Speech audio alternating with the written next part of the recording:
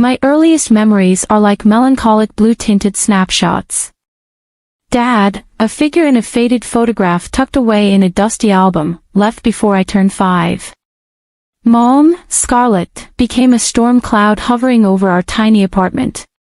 One moment she'd be frantically scrubbing the kitchen floor, muttering about starting fresh. The next, she'd scoop me into a crushing hug, her grip so tight it left me breathless.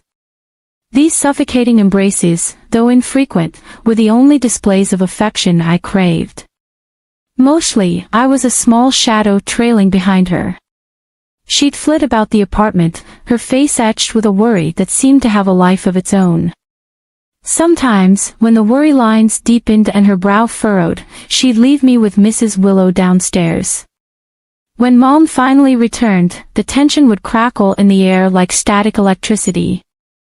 She'd ruffle my hair with a distracted sigh, a gesture that felt more obligatory than loving. Then, a fleeting smile would flicker across her face, a glimpse of the warmth I desperately craved. Mom started dating again. Carter, a man with eyes that crinkled at the corners when he laughed, entered our lives. Unlike the whirlwind that was Mom, he moved with a gentle calm. He treated me with a kindness that felt foreign in our tense household. One day, after a particularly humiliating incident with Orla Roger and her posy at school, I found myself clinging to him on the couch, tears blurring my vision. "Why do they always pick on me?" I mumbled into his shirt. The familiar ache of loneliness constricted my chest. He knelt before me, his eyes reflecting a concern I wasn't used to seeing from adults. "They pick on you because they're insecure," he said softly, wiping away a stray tear. "They want to feel powerful by making others feel small." His words were a balm to my wounded spirit. In that moment, a flicker of hope ignited within me. Maybe, just maybe, things were starting to look up. But hope in my world was a fragile butterfly, easily crushed. Then came Nancy, a tiny bundle of joy with eyes that mirrored Mom's. She arrived a year later. Suddenly, I wasn't the center of attention anymore. All the warmth, all the affection, seemed to evaporate, replaced by a cold indifference. Mom's focus shifted entirely to Nancy, leaving me to navigate the confusing world of childhood alone. 14 awkward braces, a permanent frizz halo around my head, and a knot of insecurity the size of Texas tightening in my gut. It was also the age when my mom's negativity towards me bloomed into a full-blown weed garden. Take picture day at school, for instance. Mom took the day off work to fuss over Nancy's pigtails and pick out the perfect sparkly dress. When it came to my turn, a sigh escaped her lips as she rummaged through my closet. "Ugh, nothing decent in here," she muttered. Of course, when picture day arrived, Nancy looked like a little princess, and I resembled a rumpled dandelion compared to her sunflower. Mom fawned over Nancy's photo, while mine got a cursory glance and a dismissive grunt. Carter, bless his kind heart, tried to be the positive voice in my life. He'd take me shopping sometimes, helping me pick out clothes that actually fit and flattered me. One day, after a particularly frustrating day with Mom, I found myself clinging to him, the need for comfort overwhelming. "Dad," the words slipped out before I could stop it. He froze, then a pained expression crossed his face. Mom appeared in the doorway, her eyes blazing. "You have one father, Rosie," she hissed, her voice laced with venom. "And trust me, he deserves you." Her words stung like a slap. Carter, sensing the tension, awkwardly ruffled my hair. "Look, it's okay," he mumbled. "It's not okay," I choked out, tears welling up in my eyes. Nancy, who had been watching the whole scene unfold with a smug expression, suddenly piped up. "Rosie's been bad again, Daddy. She took my candy without asking." 16, the land of first crushes, awkward dances, and a constant knot of nerves in my stomach. Dating, however, was a minefield in my house. Mom had a knack for sabotaging any potential romance before it even sprouted legs. Take Steve, for example. Tall, funny, and with a smile that could melt glaciers, he was everything a teenage girl could dream of. After weeks of nervous texts and stolen glances, I finally gathered the courage to ask him out. He said yes.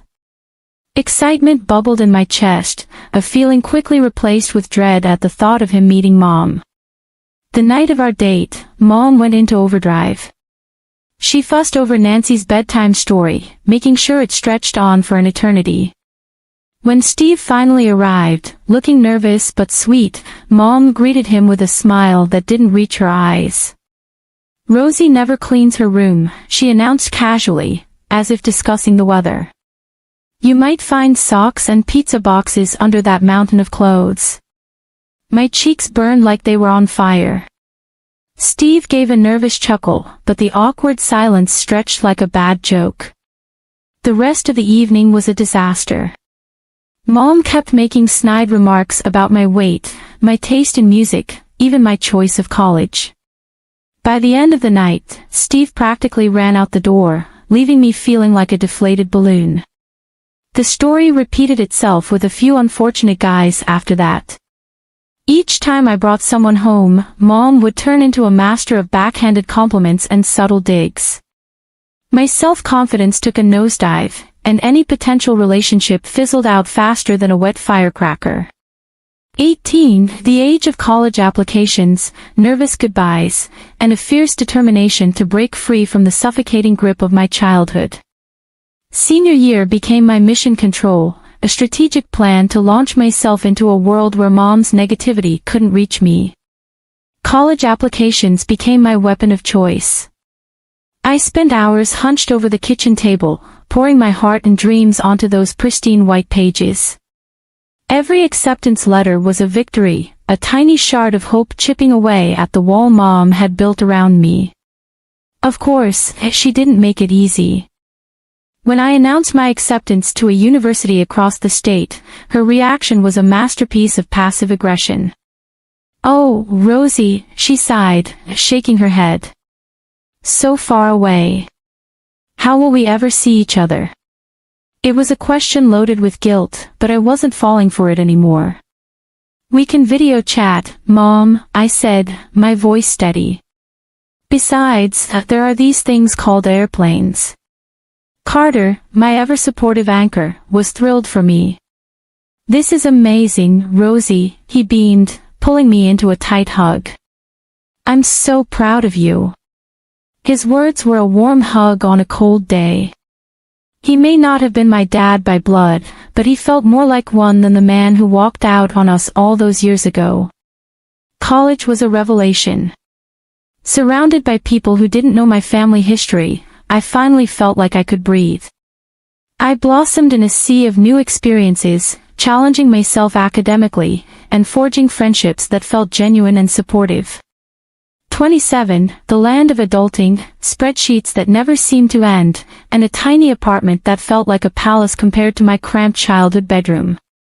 Life, for the most part, was good.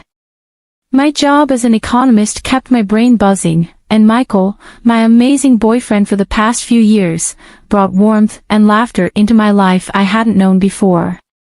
One evening, over takeout Thai food and a bottle of wine, Michael dropped a bombshell.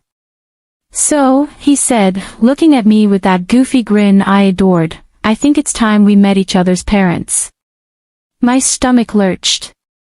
Meeting Michael's folks was easy, a breeze even. They lived in a cozy house with a backyard that smelled like freshly cut grass, and they welcomed me with open arms. His mom, Sarah, practically smothered me in hugs, and his dad, Michael, spent the entire evening cracking jokes that had me snorting into my napkin. They were warm, funny, and genuinely interested in getting to know me. It felt normal, a word I never dared associate with family dinners in my past life.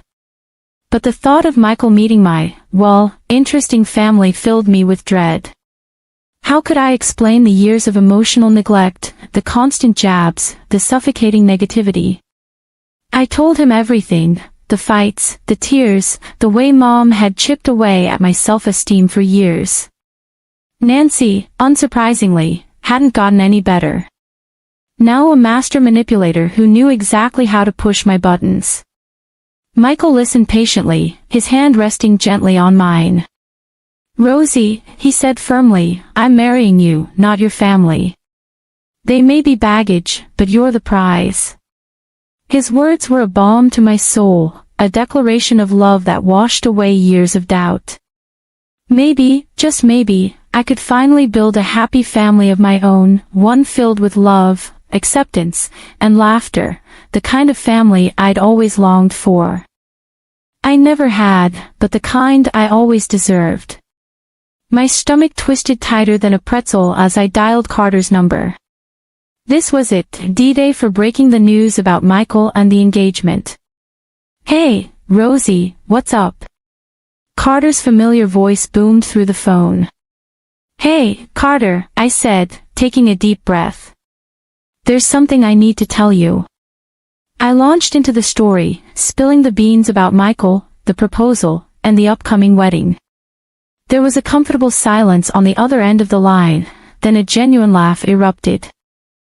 "Rosie, that's fantastic. I'm so happy for you both." His words washed over me like a warm wave, easing some of the anxiety.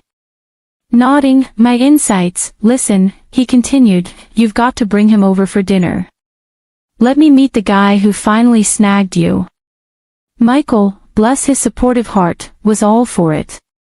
So, a few weeks later, we found ourselves pulling up to my childhood home, a place that still held a strange mix of nostalgia and dread. Mom answered the door, her face breaking into a surprised smile. "Rosie, you came to visit, and who is this handsome fella?" "Mom, this is Michael, my fiancé," I said, offering a tight smile. Michael stepped forward, extending a hand. "It's a pleasure to meet you, Mrs. Turner," Mom beamed, shaking his hand a little too enthusiastically. "The pleasure's all mine, dear." "So, Michael, what do you do for a living?" Michael, oblivious to the undercurrent of Mom's question, launched into a detailed explanation of his work as a director at a large company. Carter, ever the smooth operator, chimed in with jokes and stories, keeping the conversation flowing. Nancy, of course, wasn't about to be outdone. She spent the entire meal batting her eyelashes at Michael, interrupting our conversations to pepper him with questions about his job and hobbies. Mom, ever the doting mother, fawned over Nancy's every word, a stark contrast to the thinly veiled barb she kept throwing my way. "Rosie, honey," she'd say, her voice dripping with fake sweetness, "you really should take some fashion tips from Nancy. That dress you're wearing, well, it's not exactly flattering." Michael thankfully seemed oblivious to the digs, but I knew exactly what Mom was doing. She was suddenly putting me down, making me feel insecure right in front of my fiancé.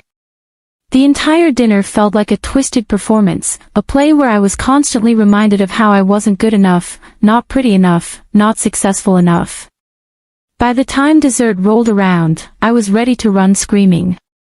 As soon as it was polite, we made our excuses and left. The moment we were safely buckled into the car, Michael let out a long sigh. "Your mom, she's a character, isn't she?" he said, a hint of amusement in his voice. "Yeah," I muttered, a wave of exhaustion washing over me. "She can be." He squeezed my hand gently. "But hey, we made it through dinner, right?" He was right, we had. And even with Mom's negativity hanging in the air like a bad smell, the simple act of holding Michael's hand filled me with a sense of strength and purpose. This was my future.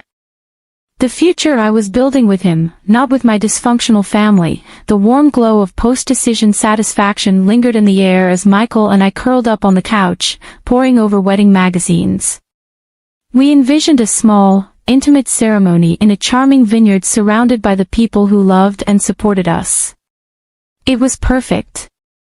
Then, the next morning, the dream shattered into a million pieces. My phone buzzed with Michael's name, his usual cheerful ringtone replaced by a ringing that sent a shiver down my spine. "Rosie," he said, his voice tight with a mix of anger and disbelief, "we have a problem." My stomach lurched. "What's wrong?" He took a deep breath. "Your mom." The blood drained from my face. "What did she do this time?" Michael explained, his words hitting me like punches. Mom, the ever-reliable manipulator, had somehow unearthed his work phone number, and instead of a congratulatory call, she'd unleashed a verbal tirade that would make a sailor blush. Apparently, in her twisted world, I was the epitome of inadequacy, ugly, dull, and lacking any social graces. It didn't stop there. She'd even dragged Dad into it, dredging up his abandonment years ago like a weapon. But the piece de resistance, she'd suggested Michael ditch me and turn his sights on Nancy, claiming my younger sister was the epitome of beauty and brains. Fury boiled up inside me, a hot, venomous rage. How dare she? How dare she try to sabotage my happiness yet again? Michael, bless his heart, was furious too, but he channeled his anger into something unexpected, a plan. A crazy, audacious plan that was equal parts risky and thrilling. "We expose her," he said, his jaw clenched. "We set a trap." The plan was audacious in its simplicity. Michael would call Mom back, pretend to be swayed by her words, and arrange a meeting to discuss this ludicrous proposal. His goal was to record this entire conversation on his phone. Michael made the call, his voice smooth and convincing. Mom, completely oblivious to the web she was about to walk into, readily agreed to meet him for coffee. A nervous laugh bubbled up from my chest. This was it. Operation Momzilla Takedown was a go. The outcome was uncertain, but one thing was clear. I wasn't going to let my mother dictate my future any longer. This time, the tables were turning, and I was ready to play for keeps. I decided to attend their meeting. The thought of confronting Mom, especially disguised as a stranger, sent shivers down my spine. But the anger simmering inside me, the anger at her constant negativity and her attempt to sabotage my happiness, was a powerful motivator. Back in my comfy jeans and a worn-out t-shirt, I slipped into a corner booth at a bustling cafe across the street from our designated meeting spot. Thick black glasses perched on my nose completed the disguise, transforming me into a nondescript observer. Butterflies danced a frenetic jig in my stomach as I watched Mom saunter into the cafe, a triumphant smile plastered on her face. She spotted Michael at the prearranged table in a private room, her smile widening further. This was it. Operation Momzilla Takedown was officially underway. Michael, bless his tech-savvy heart, had discreetly turned on the dictaphone on his phone. Me? Well, I heard their entire conversation in the immediate vicinity. Their conversation started innocently enough, Michael playing the part of the interested suitor. Then, Mom, completely ignoring his phone, launched into her diatribe. "You know, Michael," she began, leaning in conspiratorially, "between you and me, Rosie just isn't wife material." My blood ran cold. The woman who was supposed to be my mother, the woman who was supposed to love and support me, was bad-mouthing me to a complete stranger. "She's, well, a bit simple," Mom continued, her voice laced with fake sympathy.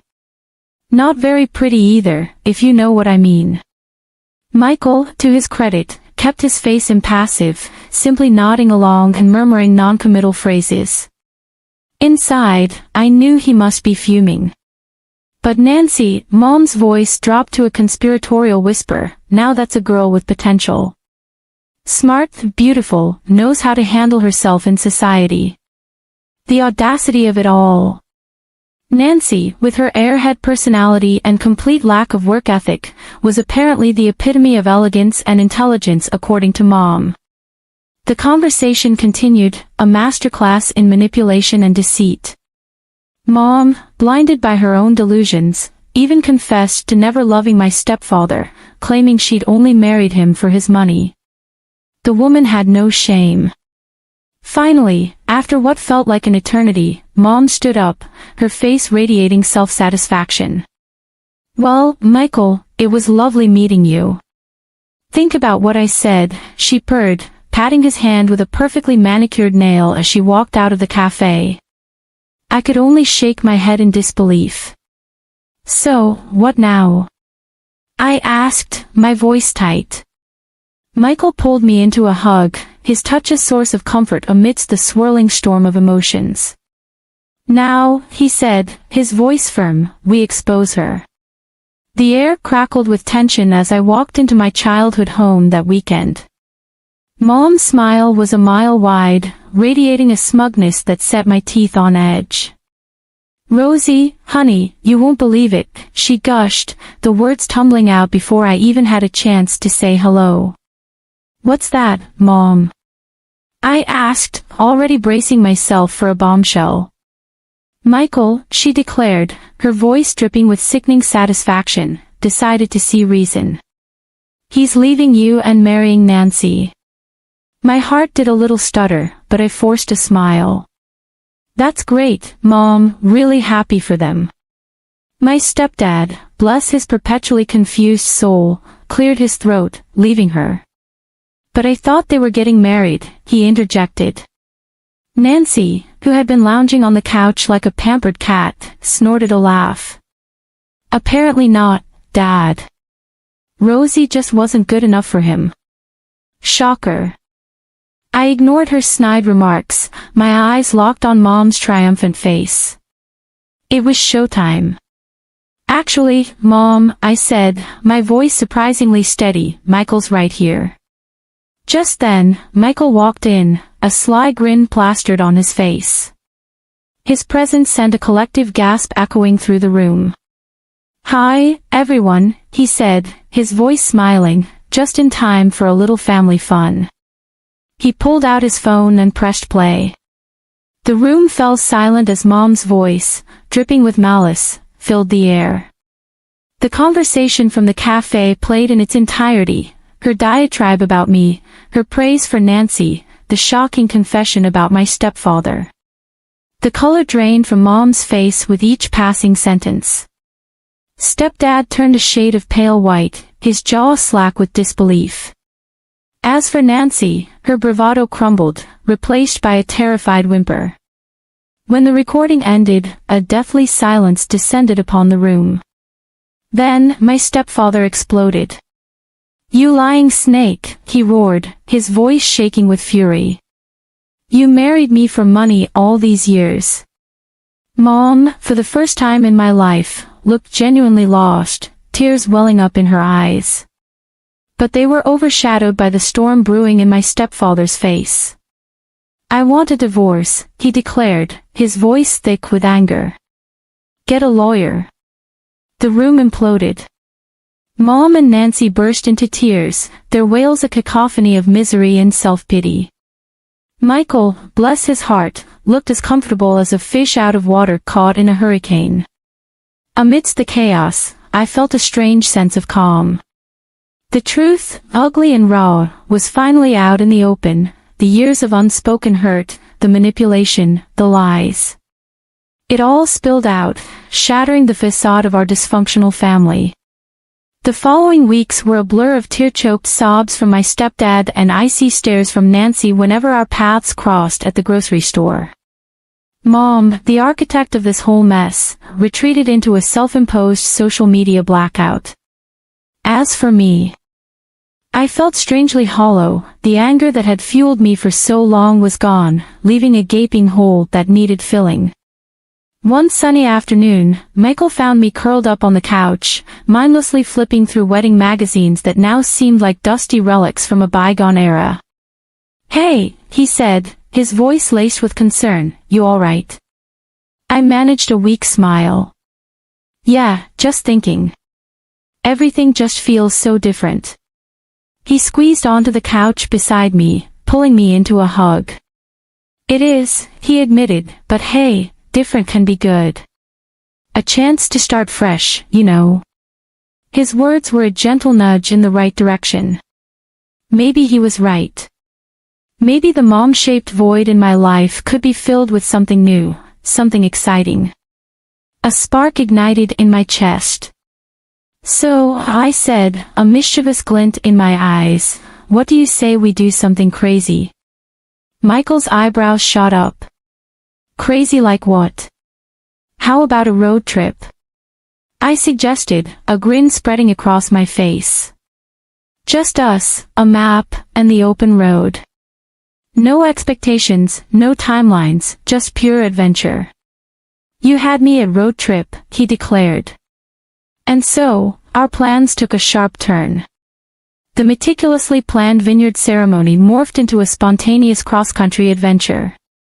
We packed a beat-up camper van with essentials, copious snacks, a killer playlist, and a well-worn copy of On the Road, and hit the road with no destination in mind, only the promise of new experiences and shared memories. Fast forward a year, and Michael and I were standing at the altar, exchanging vows under a canopy of fragrant flowers. It wasn't the elaborate ceremony I'd once envisioned, but it was perfect. Instead of a disapproving mother, my stepdad, recently divorced and estranged from Nancy, walked me down the aisle. The tears in his eyes were a mixture of pride and regret, and as he squeezed my hand, he muttered, "You know, kiddo, I always knew you'd find your happily ever after." Life after the wedding settled into a comfortable rhythm. Michael and I built a life together filled with laughter, love, and the occasional road trip adventure. My stepdad became a regular visitor, regaling us with stories from his travels and dropping not-so-subtle hints about wanting to be a grandpa. With a laugh, I'd reply, "Don't worry, you'll be the best grandpa ever."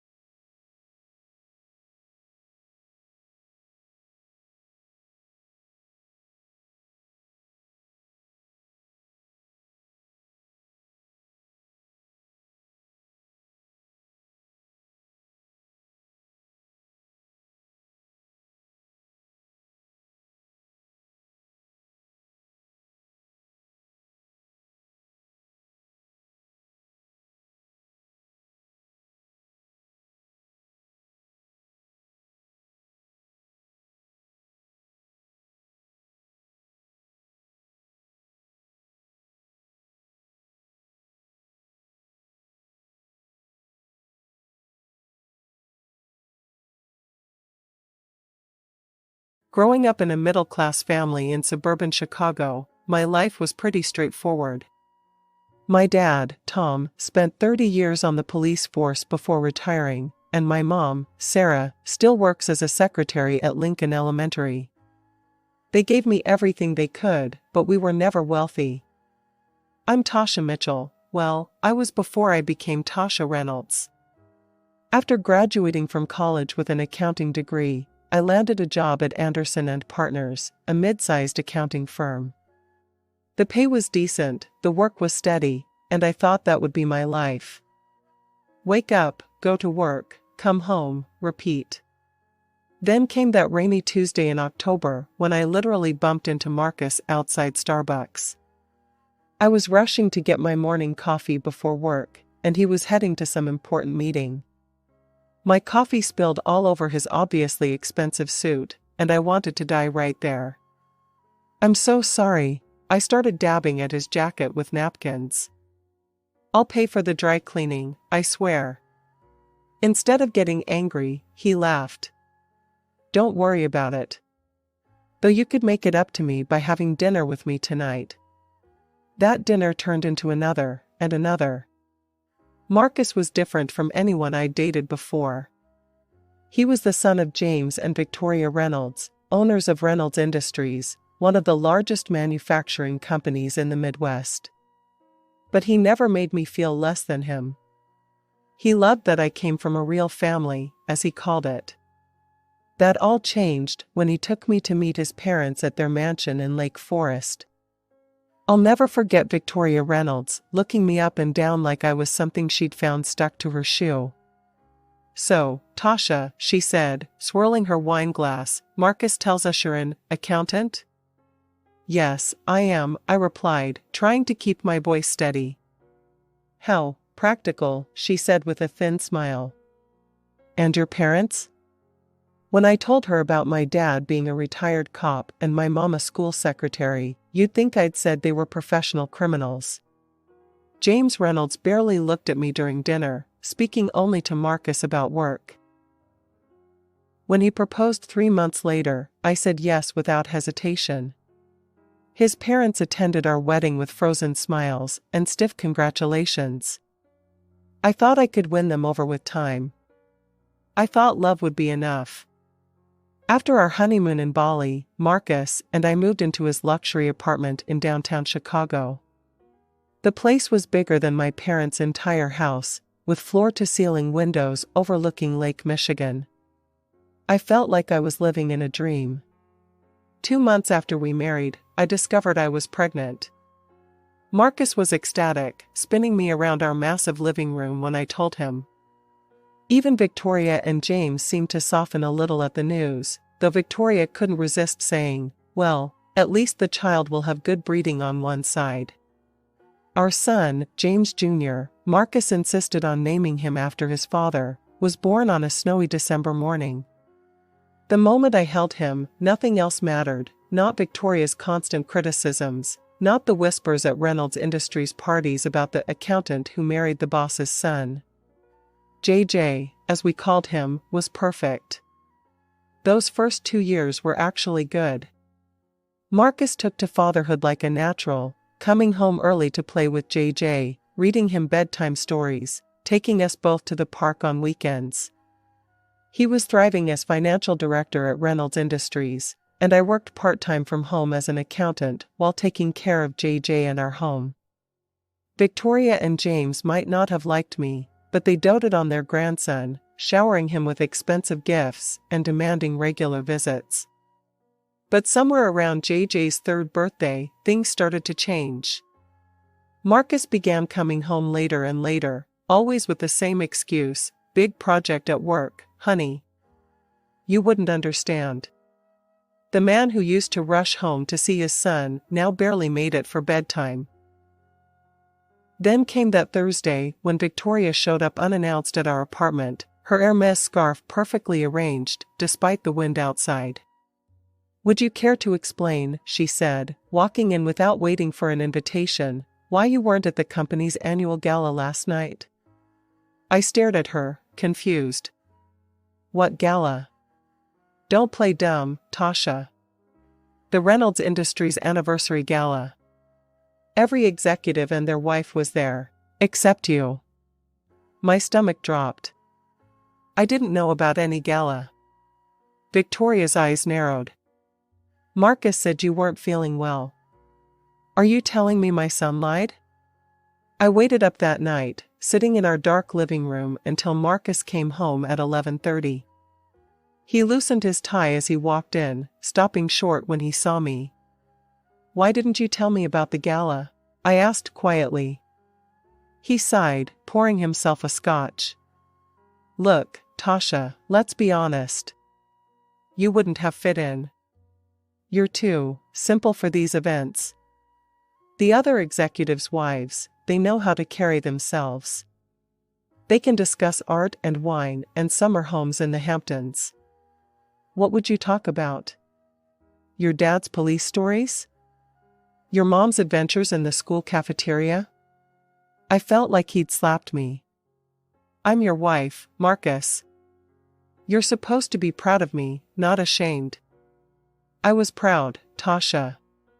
When we were dating, your simplicity was charming. But I'm the financial director now. I need a wife who can be more. I went to bed crying that night, telling myself he was just stressed from work, that things would get better. But deep down, I knew something had broken between us, something I wasn't sure could be fixed. It was a Tuesday when my world fell apart. Marcus had texted that he was working late again, and I was doing my usual cleaning routine around the apartment. When I got to his home office, I noticed his laptop was open on his desk, screen still bright. I'd never snooped before, I trusted him, despite everything. But something made me pause this time. Maybe it was the way the screen showed his email was open, or maybe I was just tired of all the lies. I sat down at his desk, and that's when I saw it, an email thread with someone named Sophia Loren. My hand shook as I started reading. There were hundreds of messages between them, going back months. Sophia was apparently a new marketing executive at Reynolds Industries, hired about a year ago. As I scrolled through their correspondence, my stomach turned. "Had dinner with the village idiot again," Marcus had written. "God, I can't believe I have to go home to her." Sophia's response, "Poor baby. Don't worry, I'll make it all better tomorrow." They talked about me like I was a joke, the simple-minded wife who didn't know her husband was sleeping with someone else. There were pictures of jewelry he'd bought her, weekend trips they'd taken while he'd told me he was at business conferences. I stayed up all night, copying everything to a USB drive, printing key emails, taking screenshots. When Marcus finally came home at 7 a.m., his shirt wrinkled and his tie loose, I was sitting at the kitchen table with the evidence spread out in front of me. "Care to explain?" I asked, holding up one of the printed emails. "How could you do this to me, to our family?" He laughed, actually laughed. "Come on, Tasha. Did you really think you were enough? Sophia is everything you're not, sophisticated, sexy, exciting. When's the last time you even tried to look good for me? I've been taking care of our son while you've been screwing around." "Look," he said, pouring himself a coffee like we were discussing the weather, "here's how this is going to work. You'll stay my wife, on paper. It's better for my image at the company. Sophia understands. And hey," he added with a nasty grin, "maybe I'll even find time for you occasionally. If you're lucky."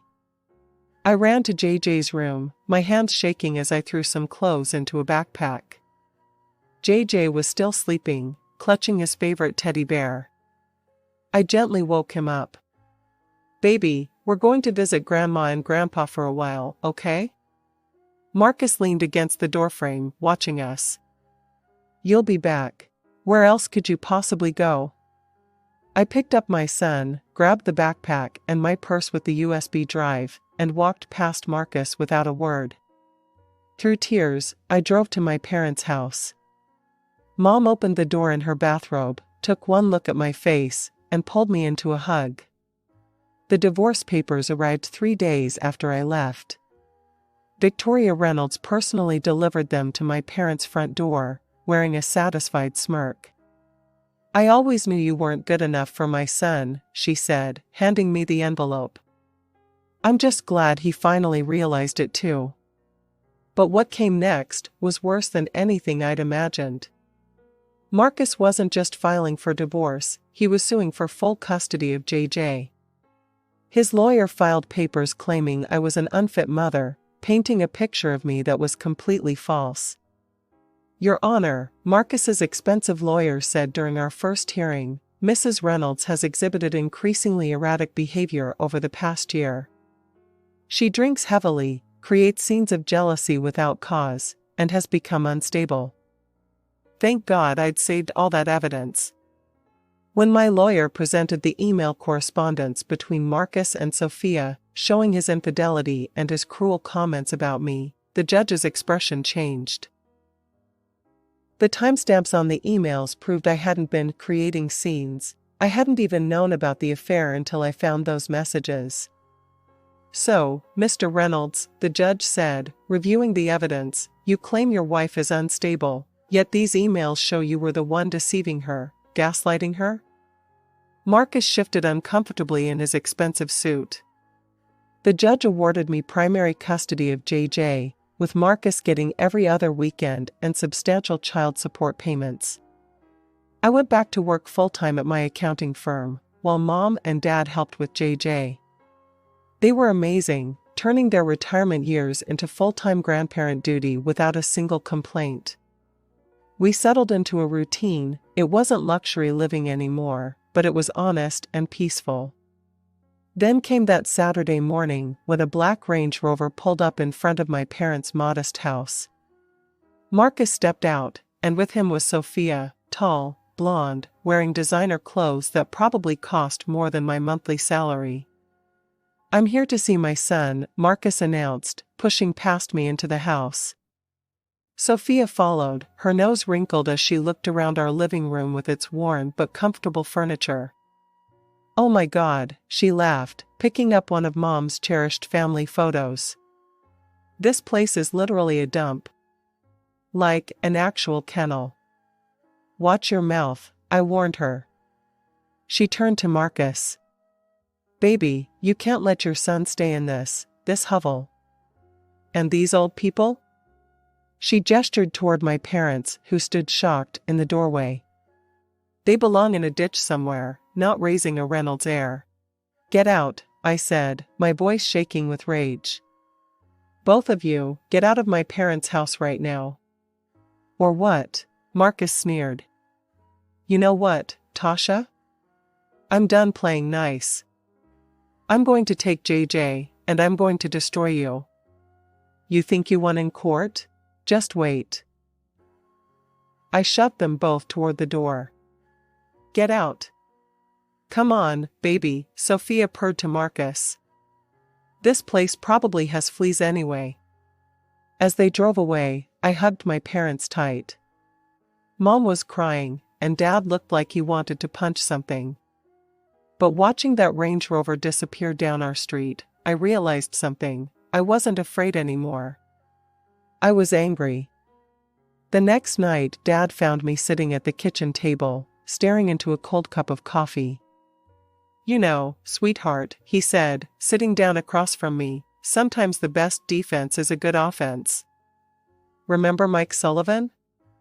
He worked with me on the force. Now he's a private investigator. Real thorough guy, knows how to dig deep without leaving traces. I thought about Sophia's smug face, about her cruel words about my parents, about all the nasty emails she kept sending me. Just that morning, she'd commented on my LinkedIn profile photo, look at this pathetic wannabe. Can't even afford decent clothes anymore? Marcus wasn't any better. His latest email had read, every time I pick up JJ and see you in that dump, I remember why I upgraded. Enjoy playing poor with your cop daddy. How much does Mike charge? I asked Dad. 2 days later, I was sitting in a small office downtown with Mike Sullivan, a gruff man with kind eyes who'd known me since I was a kid. Weeks passed. I focused on work and JJ, trying to ignore the constant stream of harassment from Marcus and Sophia. Then Mike called. You need to come to my office, he said. You're going to want to see this in person. The file he handed me was thick. First off, he said, Sophia Loren isn't her real name. She's using her sister's identity. Her real name is Carla Larson. As I read through the file, my hand started shaking. Before working at Reynolds Industries, Sophia had been an escort, moving from rich man to rich man, living off their money until they got tired of her or discovered her small-time scams. She'd had different names in different cities, always disappearing just before things got too hot. But what she was doing at Reynolds Industries was far worse. Look at these bank transfers, Mike pointed out. She's been siphoning money from company accounts, small amounts that wouldn't raise red flags. And these emails? He showed me screenshots. She's been selling company information to your in-laws' biggest competitors. Product launches, merger plans, everything. I sat back, my mind racing.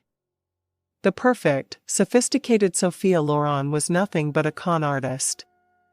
And she'd gotten her hooks into not just my husband, but the entire Reynolds empire. There's one more thing, Mike said, pulling out another folder. Remember that big deal Reynolds Industries lost last month? The one that cost them millions? Sophia sold the bid information to their competitor 3 days before the deadline. I gathered all the evidence carefully, making multiple copies. But I didn't make a move. Not yet. Because now I knew something Sophia didn't. Timing is everything. The call from Victoria came on a Wednesday morning. Her voice was as cold as ever. Tasha, James's 60th birthday party is this Saturday, she said, like she was scheduling a root canal. While we'd prefer to keep this a family-only affair, JJ should be there for his grandfather's birthday. And since he's too young to come alone. She let the sentence hang there. Just remember, you're only being invited as JJ's escort. Try to stay in the background and not embarrass anyone. The party starts at 7. James Reynolds' 60th birthday party was exactly as ostentatious as you'd expect. The mansion was decked out in gold and crystal, with waiters carrying champagne on silver trays. I felt every judgmental stare as JJ and I walked in. "Oh, you came," Victoria said, her smile tight. "Well, JJ darling, come give grandmother a kiss."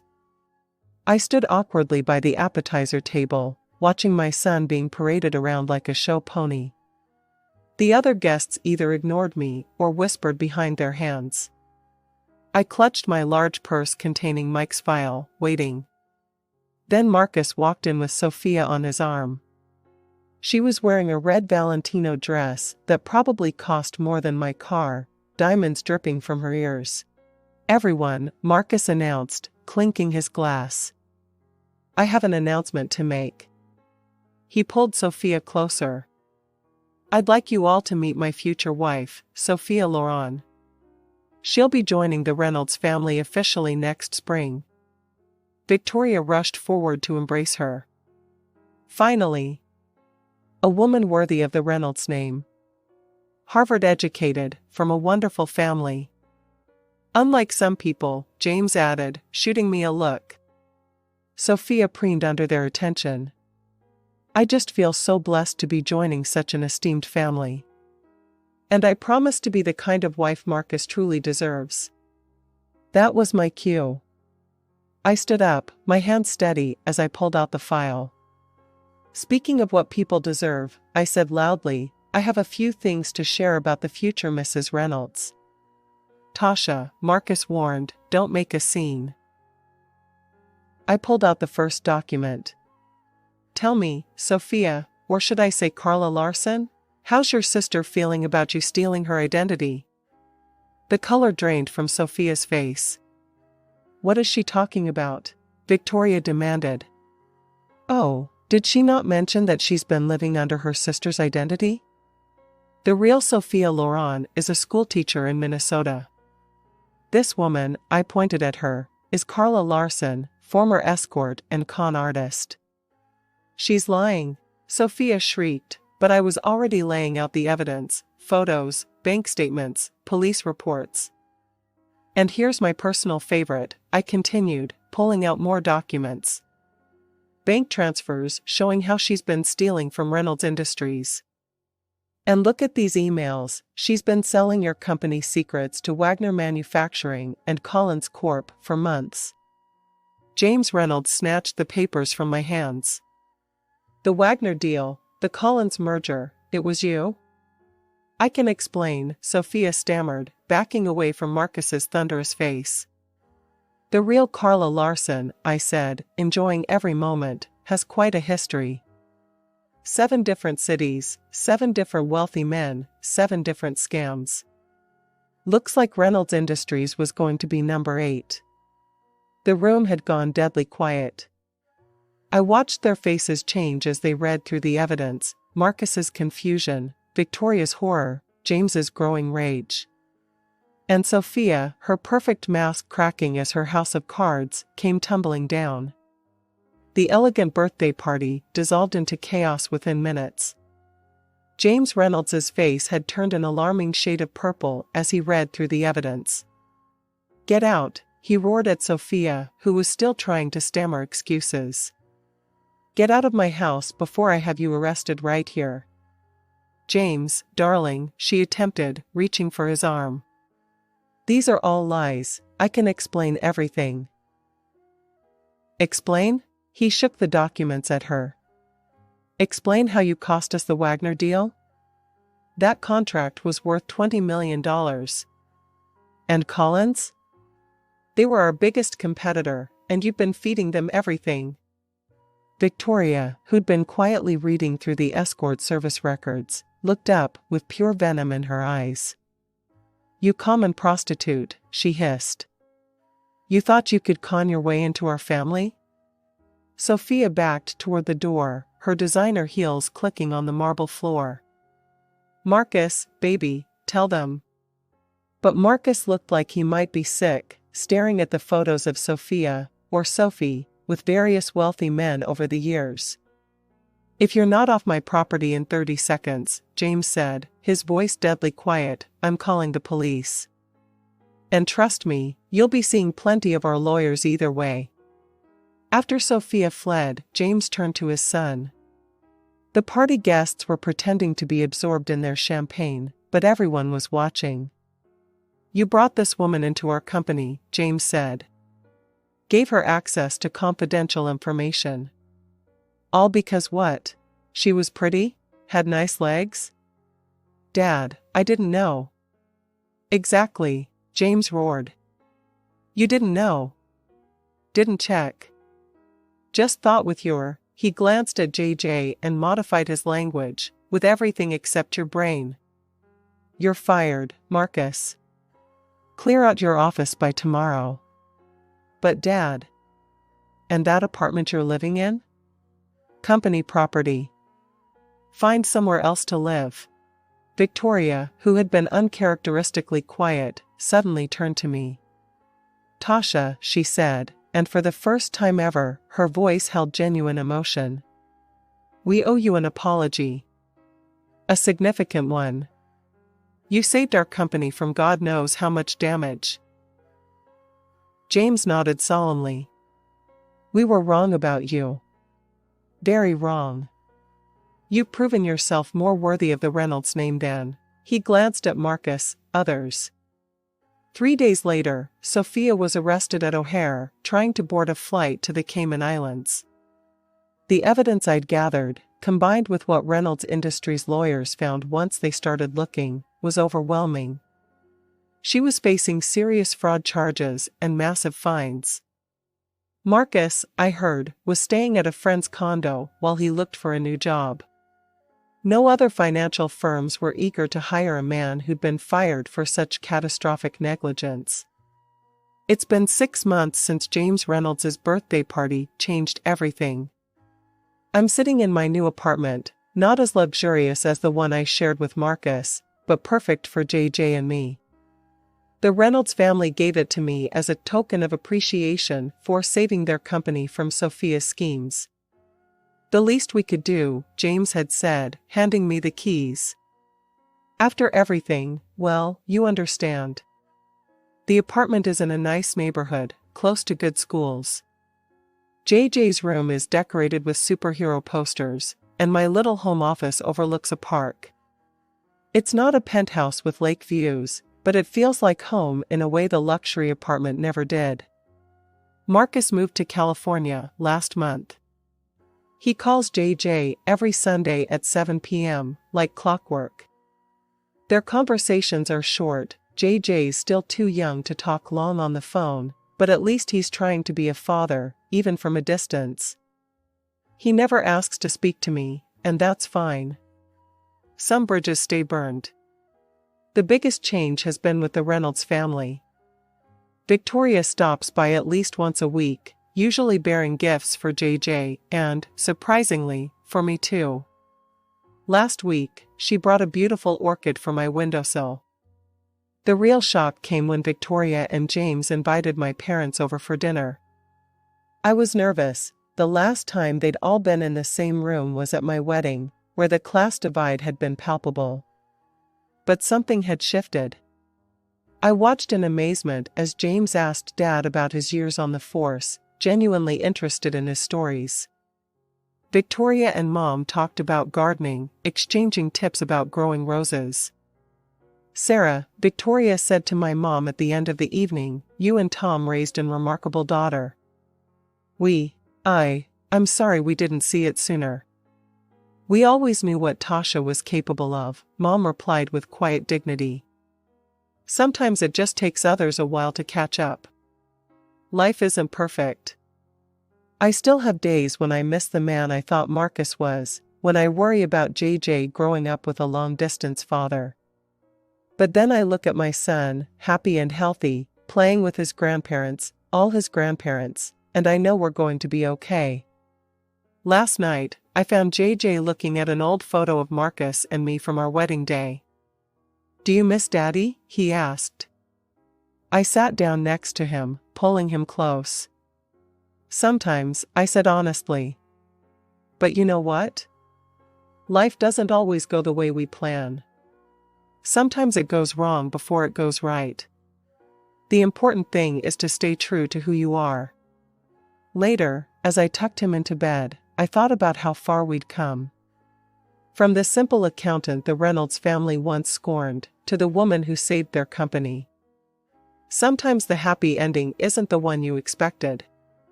Sometimes it's better. My name's Miranda, and this is my story. My parents, Jack and Linda Thompson, had it all: successful careers, a beautiful house in the suburbs, and a plan. A plan that involved having a son, their precious heir. Instead, they got me. I remember the day I realized I wasn't the child they'd hoped for. I was 5, playing with my dolls in the living room when I overheard my mom on the phone. "Yes, it's true. We're having a boy." Her voice was filled with an excitement I'd never heard before. "Oh, you have no idea how long we've waited for this. Finally, a son." Those words cut deep. I didn't fully understand then, but I felt it, the sting of being second best, unwanted. Things changed quickly after that. Mom's belly grew bigger, and so did the distance between us. Dad was always working, and when he was home, all the talk was about the baby boy on the way. One day, Mom called me into the kitchen. "Miranda, sweetie, we need to talk." I climbed onto a chair, my legs dangling. "What is it, Mommy?" She didn't look at me as she spoke. "You're going to stay with Grandma for a while. Isn't that exciting? Mommy and Daddy need to prepare for the baby. You'll have more fun with Grandma anyway." And just like that, I was packed off to Grandma's house.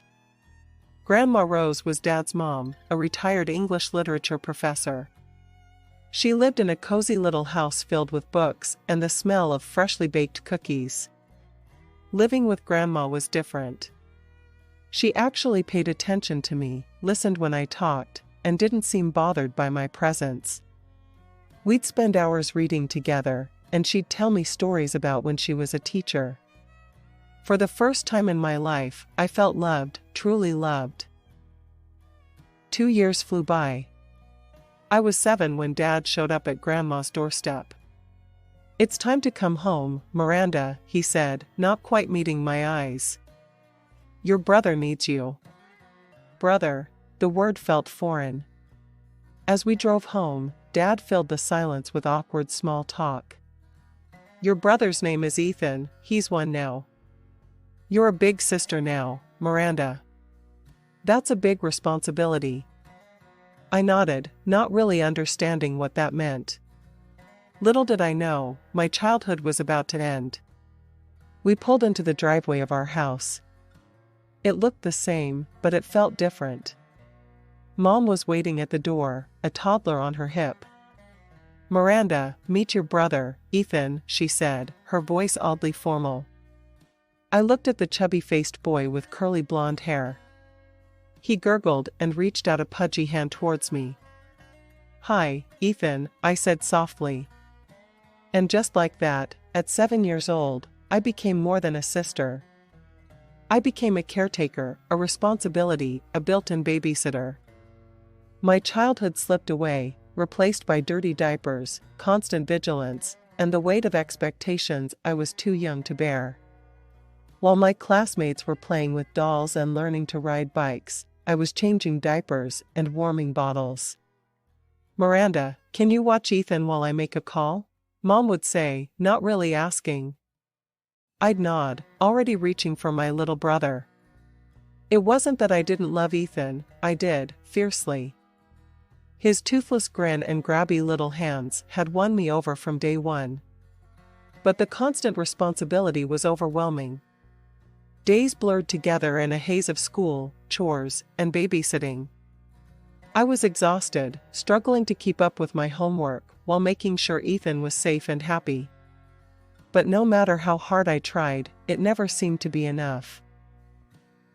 One fateful day, I took Ethan to the park. He was 2 now, full of energy and curiosity.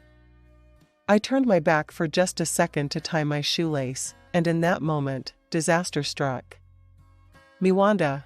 Ethan's cry pierced the air, followed by a thud. I whirled around to see him sprawled on the ground, his knee bleeding. Panic seized me as I scooped him up, trying to soothe his wails. When we got home, Mom exploded. "How could you be so careless?" she shouted, cradling Ethan. "You're supposed to watch him." "I'm sorry, I just..." "No excuses," Dad chimed in, his face red with anger. "Go to your room. We'll discuss your punishment later." I fled upstairs, tears streaming down my face. It wasn't fair. I was doing my best, but I was just a kid myself. The incidents piled up. Ethan burning his tongue on hot porridge because I didn't blow on it enough. A bump on his head from a fall I couldn't prevent. Each time, the punishments got harsher, the disappointment in my parents' eyes more evident. Through it all, Grandma Rose was my lifeline. She'd visit when she could, her presence a balm to my battered spirit. During one visit, I overheard her confronting my parents in the kitchen. "This is unacceptable," Grandma's usually gentle voice was sharp. "Miranda is a child, not a nanny. Your favoritism towards Ethan is hurting her." "Mother, please," Dad sighed. "These are our children. We know what's best for them." "Do you?" Grandma challenged. "Because from where I'm standing, you're neglecting one child in favor of the other."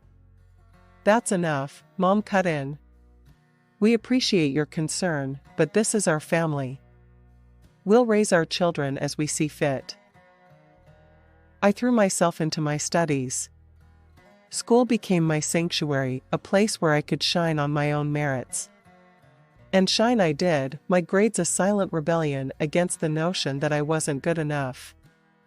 The years flew by, and before I knew it, I was standing at a crossroads. High school was behind me, and college loomed ahead. Despite the constant struggle at home, I'd managed to excel in my studies. It was my ticket out, my chance at freedom. When the acceptance letter arrived, I could hardly believe my eyes. Not only had I been accepted to study investment management, but I'd also received a full scholarship. My hands shook as I read the words over and over again. "Mom, Dad," I called out, racing down the stairs. "I got in. Full scholarship." "Oh, thank goodness," Mom sighed, relief evident in her voice. "That saves us a fortune. We need to start saving for Ethan's college fund." My heart sank. Of course. It wasn't about my achievement. It was about the money they wouldn't have to spend on me. The first few months were a whirlwind of classes, new friends, and the exhilarating taste of freedom. The money from my parents, combined with the small amounts Grandma Rose secretly sent, was just enough to scrape by. I was careful with every penny, knowing how precious this lifeline was. But 6 months into my college journey, everything changed again. My phone rang one evening as I was studying for a finance exam. "Miranda," Mom's voice came through, curt and businesslike. "We won't be sending you any more money. Ethan needs tutors if he's going to have any chance at college. We need to focus our resources on him now." I felt the familiar sting of rejection, of being cast aside. "But Mom, I can barely." "You're an adult now, Miranda," she cut me off. "You need to solve your own problems. We can't keep supporting you forever." The next few weeks were a blur of stress and sleepless nights. I scoured job boards, applied to every position I could find. Finally, I landed a part-time gig at a nearby cafe. The hours were long, the pay was meager, but it was something. Balancing work and studies was brutal. I'd rush from classes to shifts, then stay up late into the night studying. Dark circles became a permanent fixture under my eyes, and my grades started to slip. One particularly rough day, I called Grandma Rose, desperate for a friendly voice. "Miranda, sweetheart, you sound exhausted," she said, concern evident in her voice. The dam broke. Through tears, I told her everything: the cut-off allowance, the grueling work hours, the struggle to keep up with my studies. "Those absolute," Grandma cut herself off, taking a deep breath. "Listen to me, Miranda, you focus on your studies. I'm increasing your monthly allowance. And don't you dare argue with me about it." "But Grandma." "No buts," she said firmly. "You deserve this education, and you shouldn't have to kill yourself working to get it. Your parents, well, let's just say, I'll be having words with them." True to her word, Grandma's support allowed me to cut back my work hours. I could breathe again, focus on my classes. My grades improved, and for the first time in months, I felt hope. The years at college flew by in a blur of textbooks, exams, and late-night study sessions. Before I knew it, I was standing on the stage, diploma in hand, magna cum laude gleaming on the certificate. As I scanned the audience, I spotted Grandma Rose, beaming with pride. My parents and Ethan were noticeably absent. With my degree in hand, doors opened. I landed a job at Stonebridge Investments, a prestigious firm in the city. The salary was more money than I'd ever seen, and for the first time in my life, I felt truly independent. To save money, I moved in with Sarah, a co-worker who became a fast friend. Our tiny apartment was a far cry from the dorms, but it was ours, and it felt like freedom. When my first paycheck arrived, I knew exactly what I wanted to do with it. I scoured every second-hand bookstore in the city until I found it, a rare first edition of Grandma's favorite author. The following weekend, I took a train to my hometown, gift in hand. Grandma's face lit up when she saw me at her door. "Miranda, what a wonderful surprise." I presented her with the wrapped book, watching as tears welled in her eyes when she opened it. "Oh, my dear girl," she whispered, hugging me tight. "You shouldn't have." "I wanted to," I said simply. You've done so much for me, Grandma. As we chatted over tea, I mentioned visiting my parents. Grandma's face tightened slightly, but she nodded. I'm sure they'd love to see you. But when I called, Mom's voice was distant. Oh, this weekend? We're quite busy, Miranda. Perhaps another time. The rejection stung, but I pushed it aside. I spent the weekend with Grandma instead, relishing her warmth and genuine interest in my life. As I boarded the train back to the city on Sunday, I couldn't help but feel a mix of sadness and relief. Time marched on. 2 years passed in the blink of an eye, and my career soared. My bosses praised my work ethic and insight, and the bonuses started rolling in. Soon, I was able to afford my own apartment, a small, sun-filled space that was all mine. One evening, as I was settling in for a quiet night, my phone rang. Mom's name flashed on the screen. Miranda, she said without preamble. These teachers, they just don't understand Ethan. They're giving him such poor grades. He barely scraped into City College. I bit my lip, choosing my words carefully. Mom, maybe college isn't the right path for everyone. There are great vocational courses Ethan could. Don't be stupid, she snapped. Your brother is brilliant. Much smarter than you, actually. He's just misunderstood. He'll show everyone, you'll see. As I hung up, I gazed around my apartment, the tangible proof of my success. Yet somehow, I still felt like that little girl, desperately seeking approval. Life has a funny way of appending expectations. While I was building my career, brick by careful brick, Ethan's college experience was crumbling around him. It was a crisp autumn day when Mom called again, her voice tight with frustration. Ethan's been expelled, she said without preamble. He's coming home. She launched into a tirade about unfair professors and a system designed to fail students like Ethan. I listened, biting my tongue against the urge to point out the thousands they'd spent on his education, the loans they'd taken out to rent him a luxury apartment, the generous allowance they'd provided. All things I'd never had. We'll figure something out, Mom concluded. Ethan just needs time to find his path. I thought about Ethan, now 21, returning to our childhood home, while I, at 27, was forging ahead in my career. The contrast was stark, but I pushed the thought aside. Comparison is the thief of joy, after all. Life, however, had other plans for me. It was at a company event that I met Jack, tall, kind-eyed, with a quick wit that made me laugh like I hadn't in years.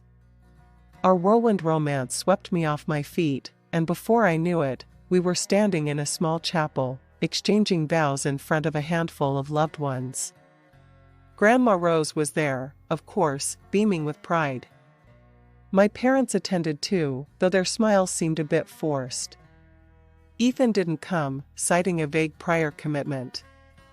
Jack and I moved into his apartment, a cozy space that quickly became home.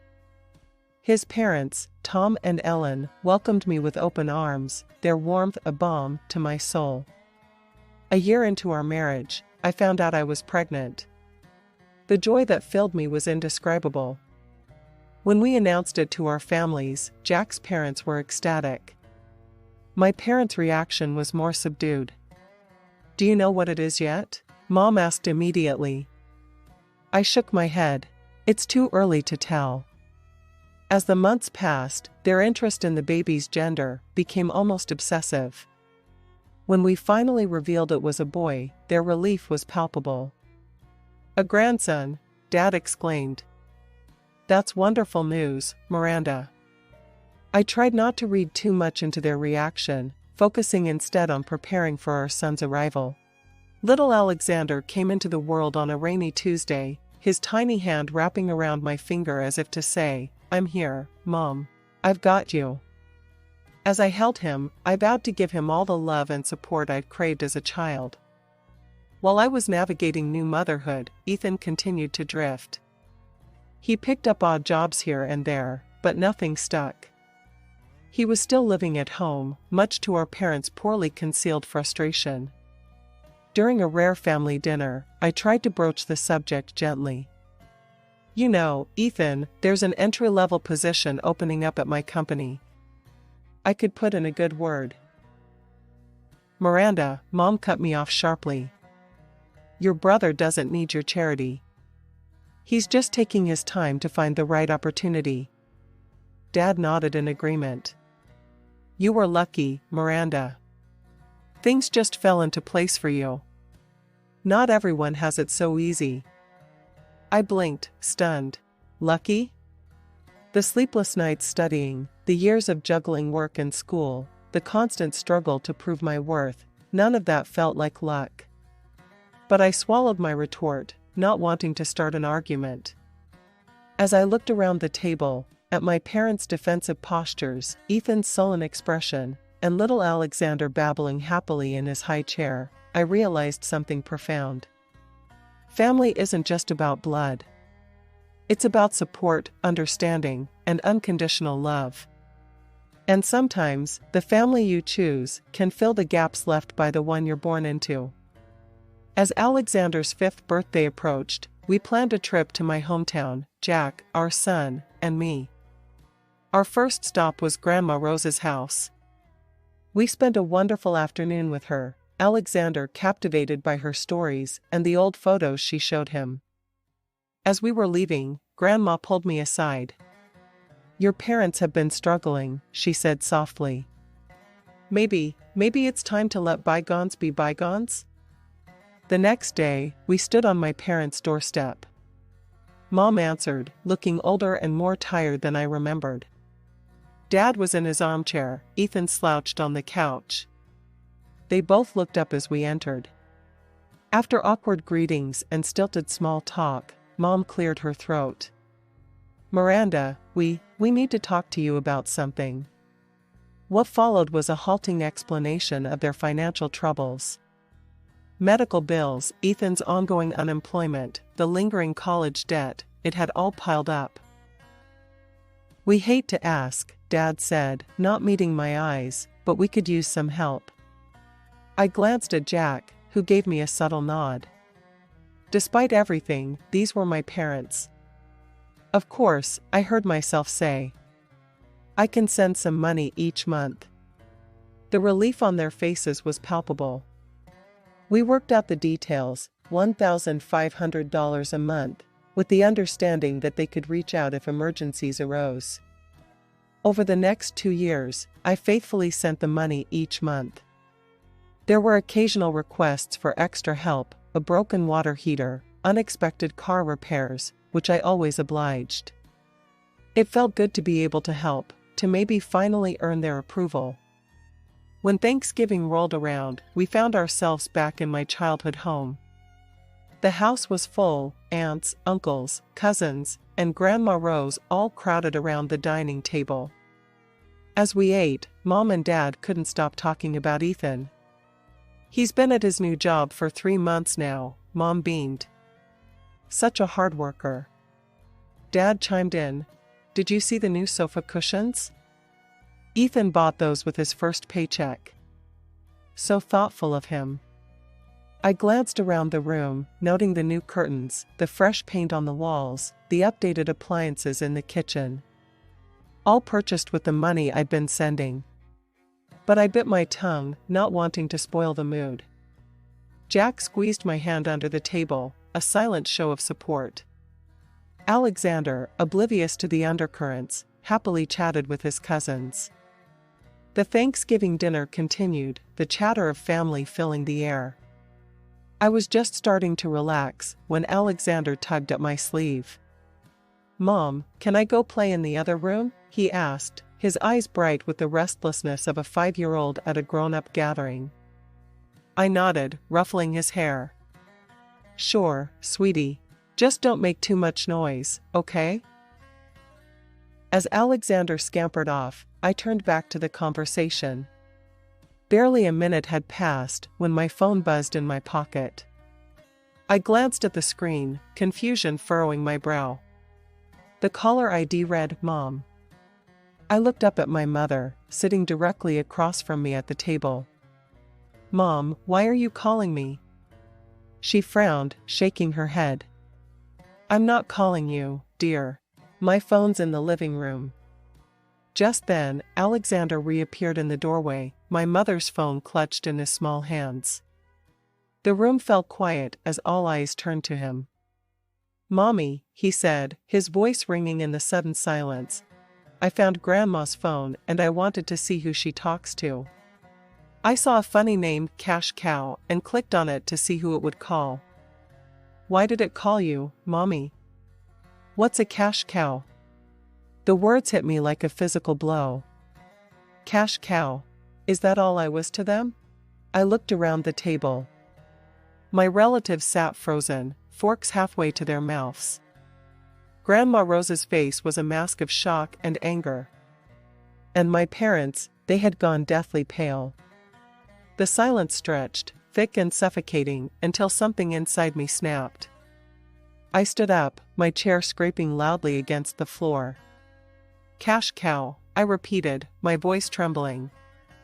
Is that what I am to you? My mother opened her mouth, but no words came out. My father couldn't even meet my eyes. Let me tell you all something, I continued, addressing the whole table. For the past 2 years, I've been sending my parents $1,500 every month.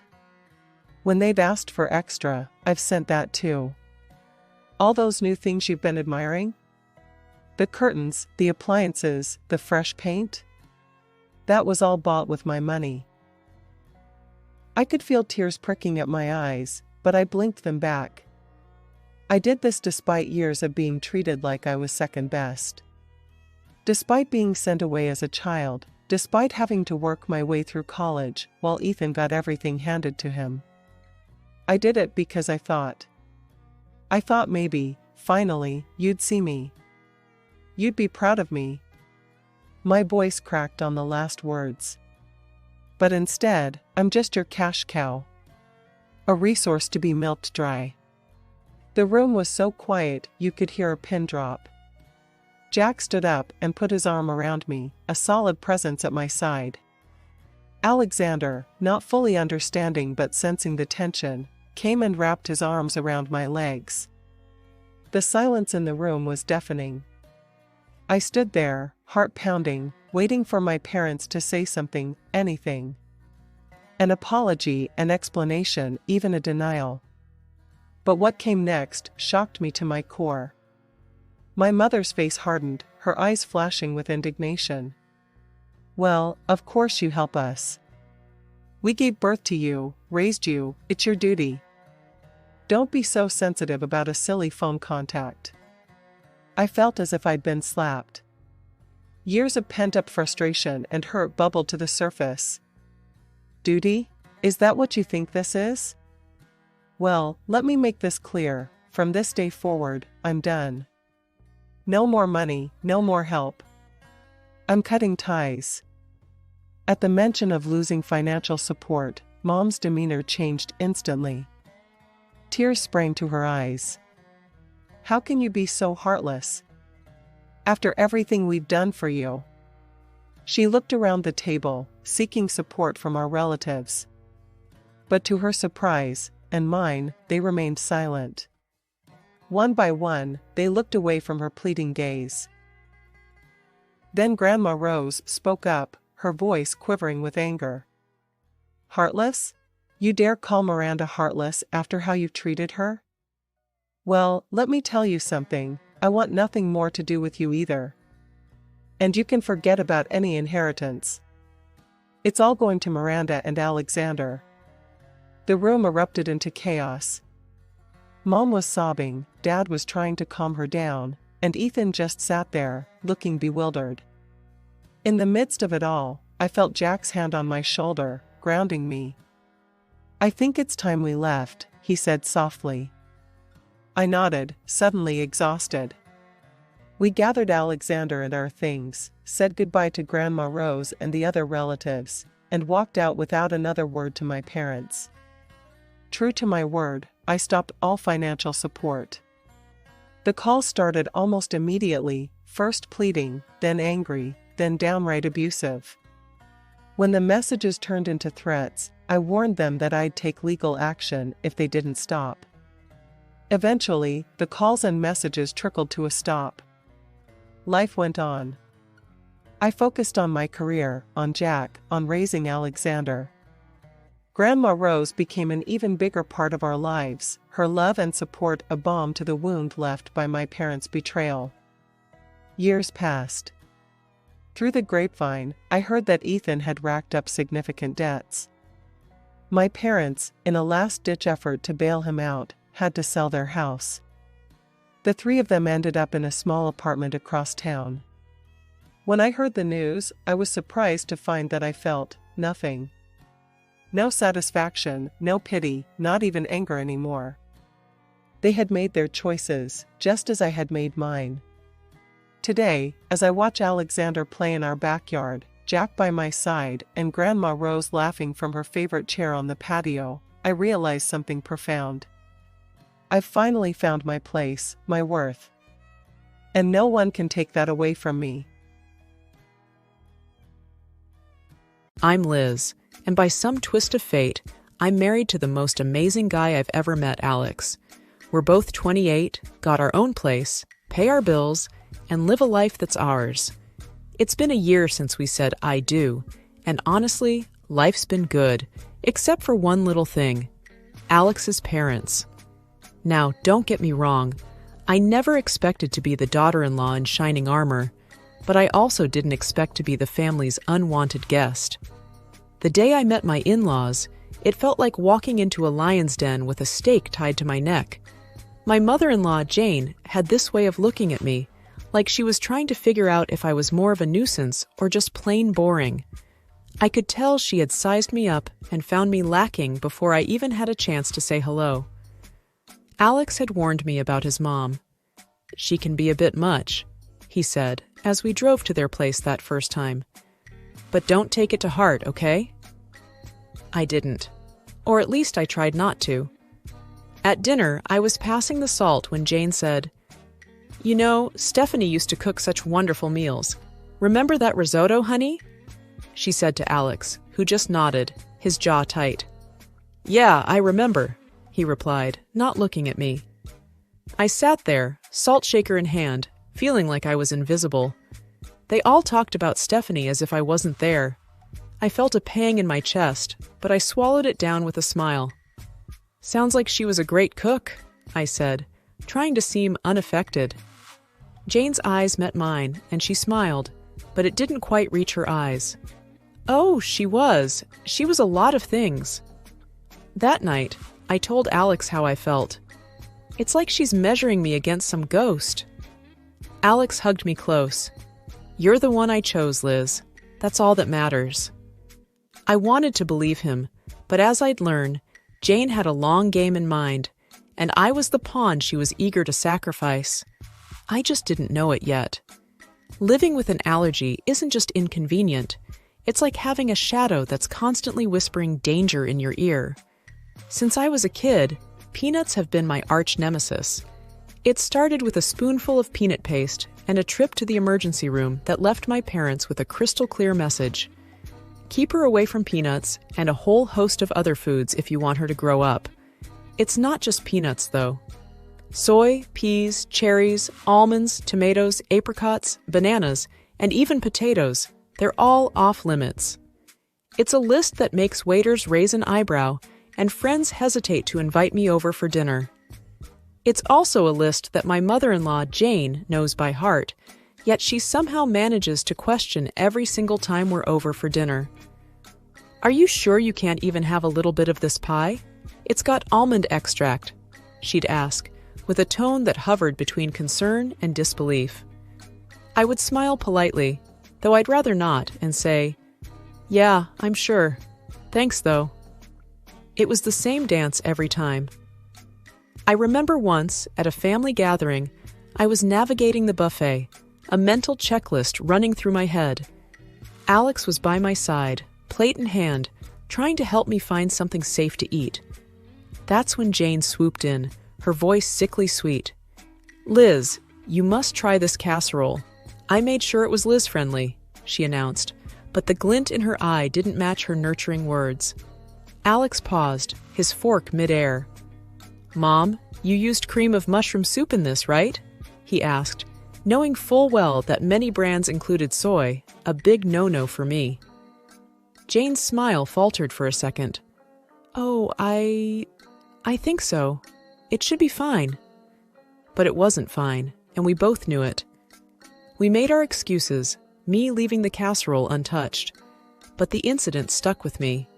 It was a small victory in what felt like an ongoing battle, a battle where Jane held all the cards because she controlled the kitchen. I've learned to navigate this world with careful steps. Eating out is a strategic operation. Alex and I were at our favorite Italian place, a rare find that understood the gravity of food allergies. I'd recited my usual spiel to the waiter, who nodded understandingly. Alex watched me with those soft eyes of his, the ones that said he'd do anything to make my life easier. "You okay?" he asked, after the waiter left.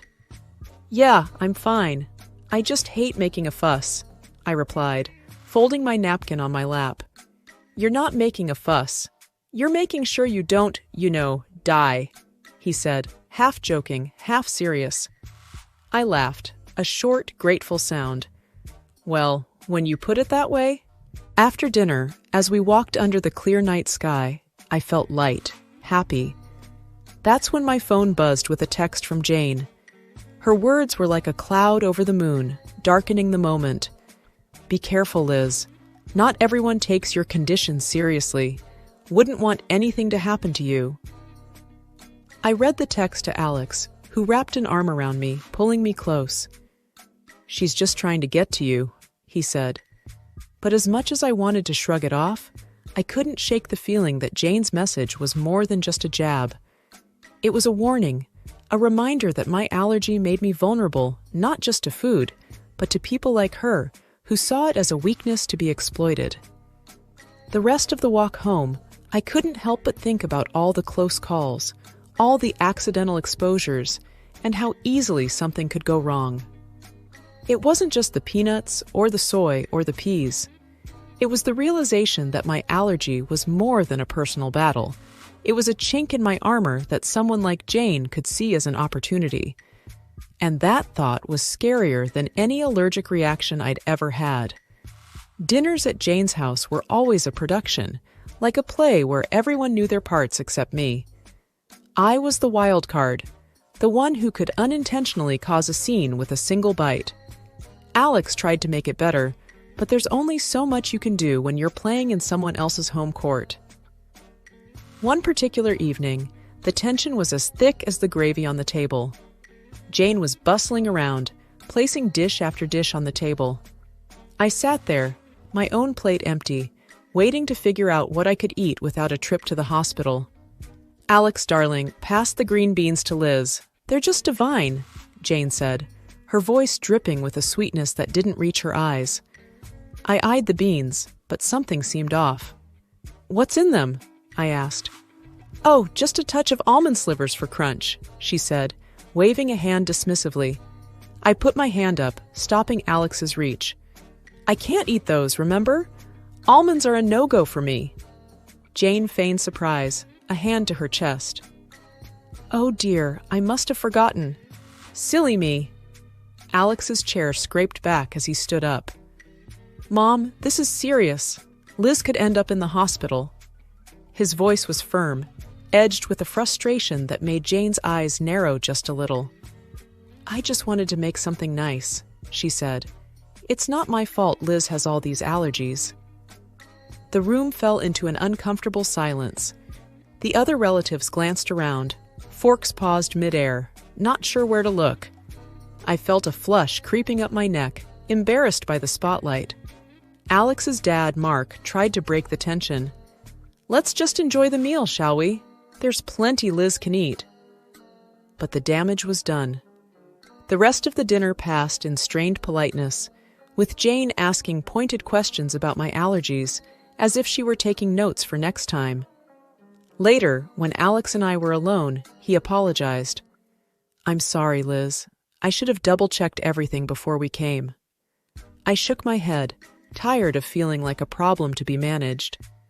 "It's not your fault, but I'm starting to think your mom does these things on purpose." He didn't answer, and he didn't need to.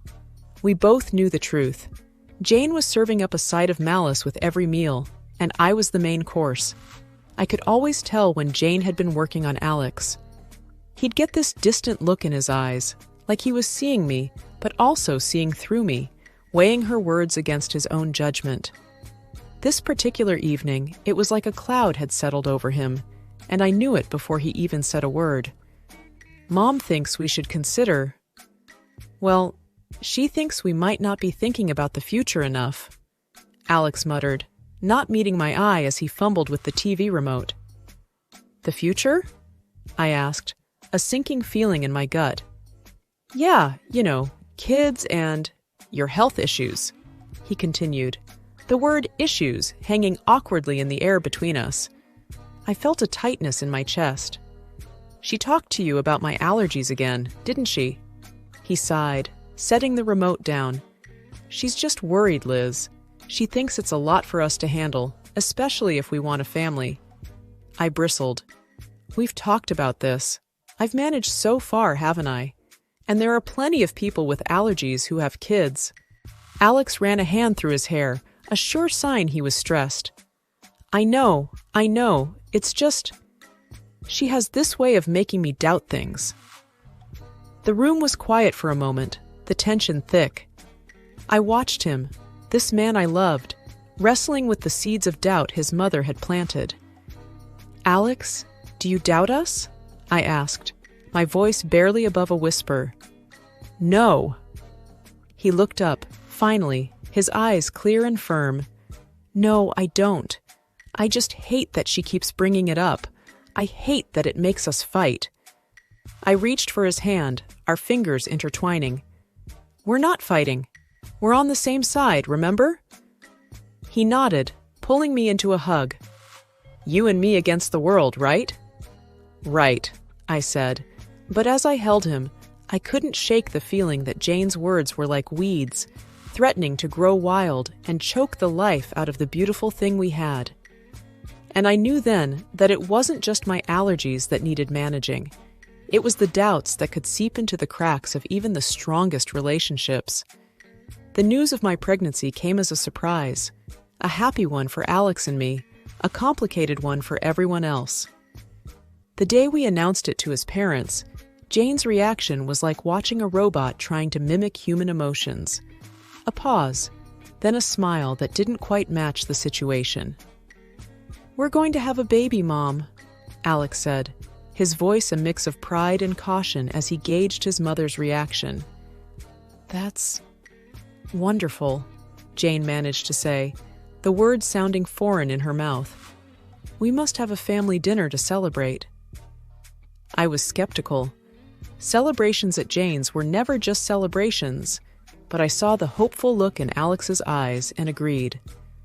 The night of the dinner, the house was buzzing with relatives. Jane was the perfect hostess, floating from guest to guest with a grace that felt almost genuine. When she reached us, her smile was practiced. "Congratulations, Liz," she said. "This is such a joyous occasion." "Thank you, Jane," I replied, trying to match her formality. "We're excited." Alex wrapped his arm around my waist, a silent thank you for playing along. As dinner approached, I felt the familiar anxiety. A table full of food was a minefield for me, but tonight, I hoped, would be different. The table was a feast, dishes upon dishes laid out, and I felt every eye on me as I hesitated, my hand hovering over the options. "Go on, dear," Jane urged. "Eat up. You're eating for two now." I smiled weakly, choosing the safest options, vegetables and rice, plain and simple. But as I reached for a slice of bread, Jane stopped me. "Actually, maybe not that one," she said quickly. "I'm not sure if the baker used soy flour." I paused, bread in hand, and met her gaze. There was a flicker of something there. Concern Or was it a challenge? "Thank you for letting me know," I said, putting the bread down. But the warning bells were already ringing in my head. How did she know about the soy flour? It seemed too close a call, too perfect a save. The rest of the meal passed in a blur, congratulations mingling with the clinking of glasses. But I couldn't shake the feeling that Jane's hospitality was a veneer, and beneath it lay a trap, set and waiting for just the right moment. The family dinner in honor of our future baby was nothing short of a banquet. Jane had outdone herself, and there was a spread that would make a Thanksgiving dinner look modest. But my stomach was in knots, not from hunger, but from fear. Every dish was a potential hazard, a hidden enemy that could send me to the hospital, or worse. As we all took our seats, the chatter around the table was lively, filled with the usual family gossip and stories. Jane was at the head of the table, presiding over the feast like a queen in her court. She called everyone to attention with a gentle tap of her glass. "Before we begin, I just want to say how thrilled we are to be celebrating Liz and Alex's upcoming addition to our family," Jane announced, her voice steady and clear. There was a round of hear, hear, and applause. I forced a smile, feeling Alex squeeze my hand under the table. "Thank you, everyone," I said. "We're really looking forward to this new chapter in our lives."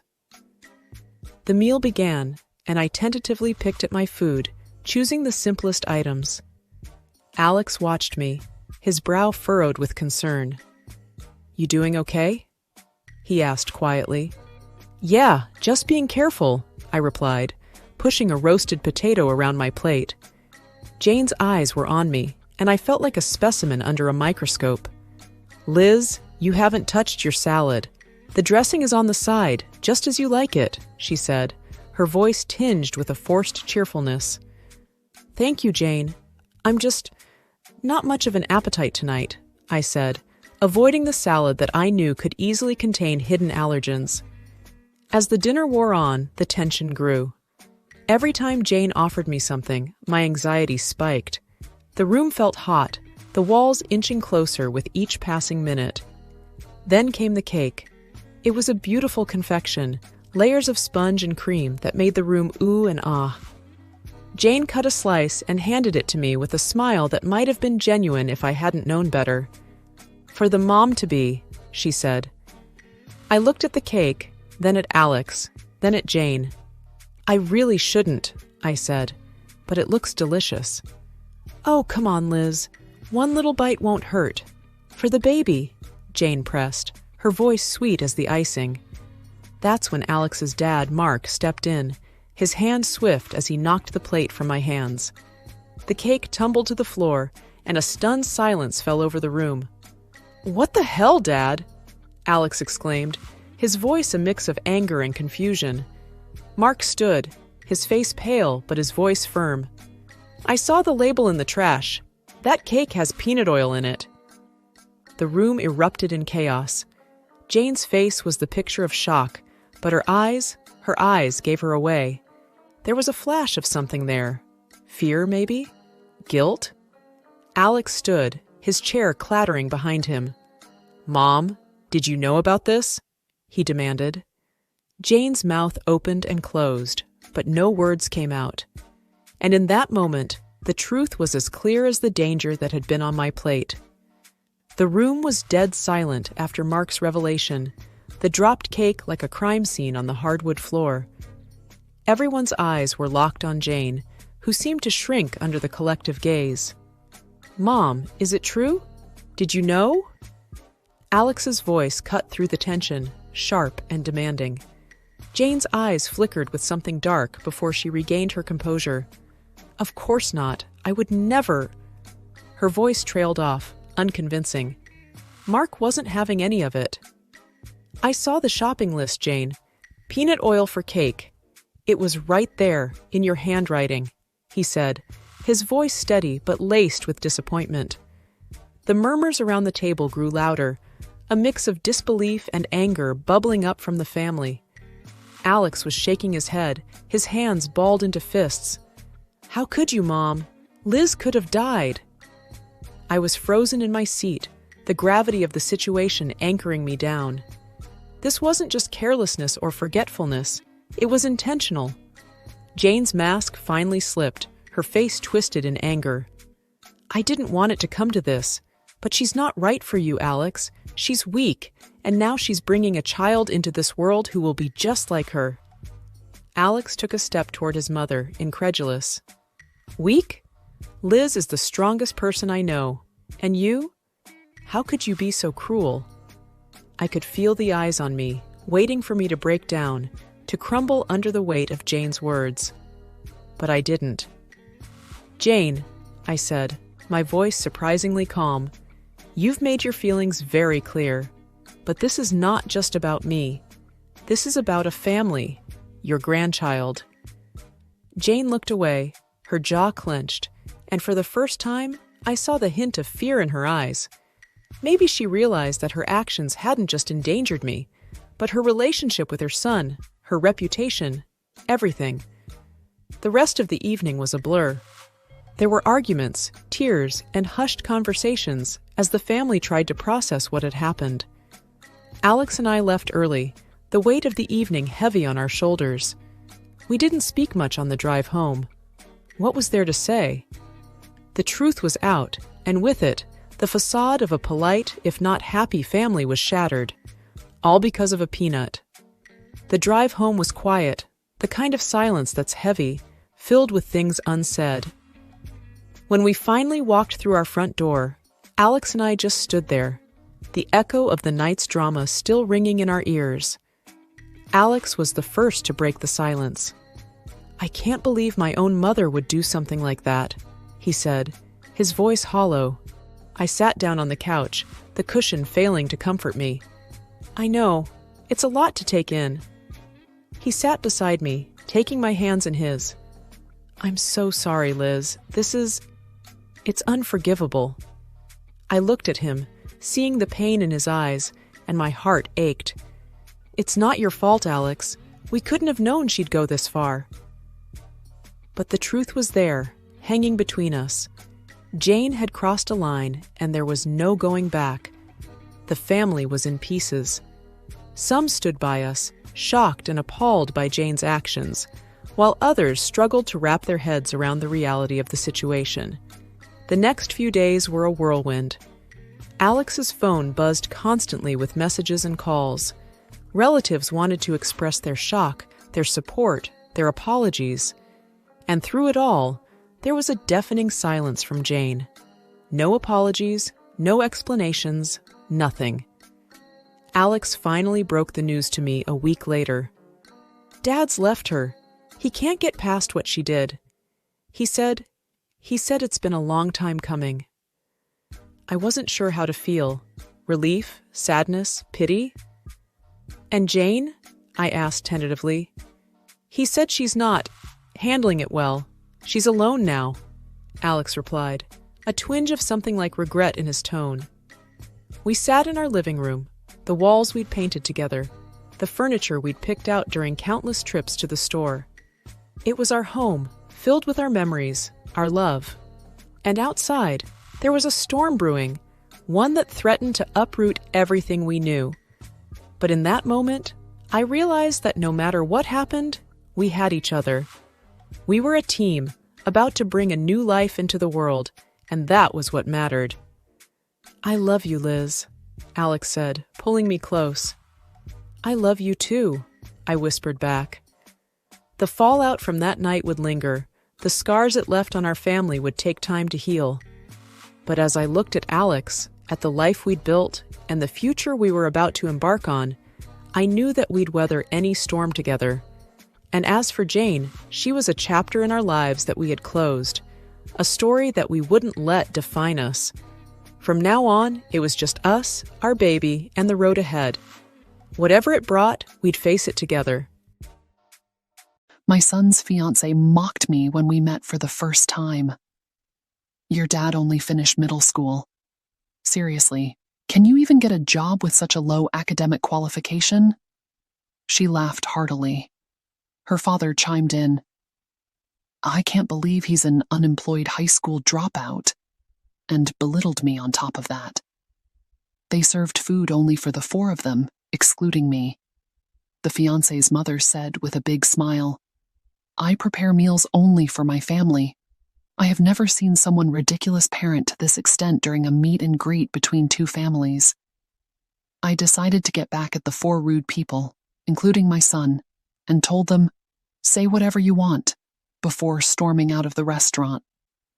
"My name is Stephen Walker. I just turned 60 this year, and I have a 25-year-old son named Michael, but my relationship with my son is strained. He never sets foot in my house. I've often regretted how I raised him, as this is what led to the situation where and now. I lost my beloved wife when Michael was still in elementary school. My wife had been frail since childhood, and she passed away at the young age of 45. At my wife's funeral, I didn't care about the judgmental looks from relatives. I paused like a little kid. Michael was more composed, telling me, "Dad, it's sad, but let's say your goodbyes to Mom."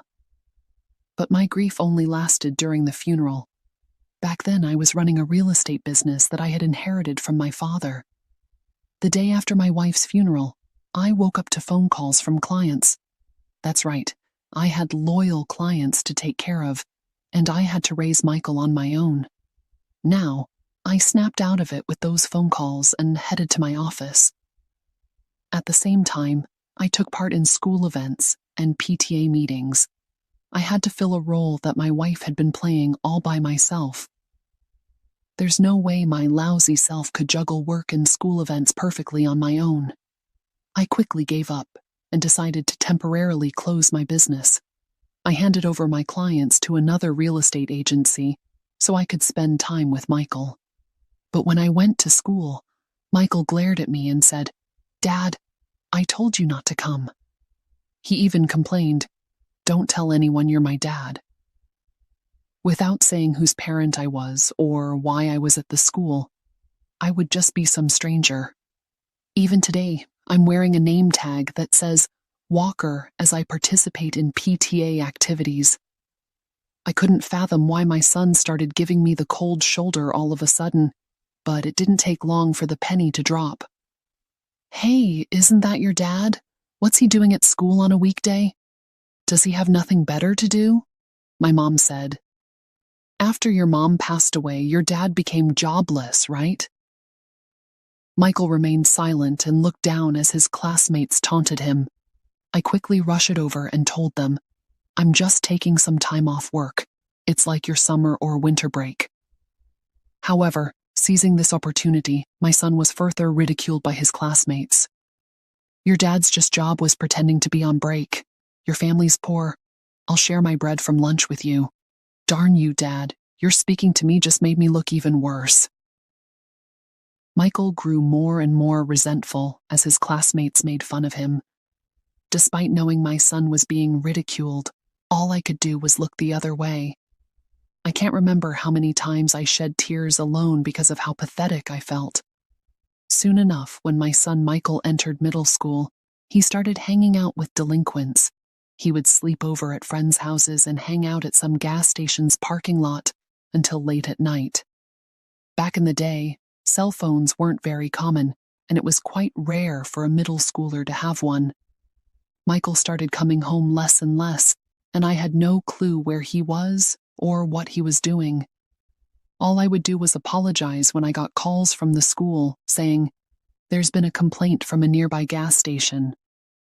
Whenever I went to Michael's school, Michael and his rowdy classmates would call me names like "good for nothing" and "bottom of the barrel" while throwing empty cans at me. Michael had become more violent since entering middle school, and I was scared to even talk to him, not knowing what he might do.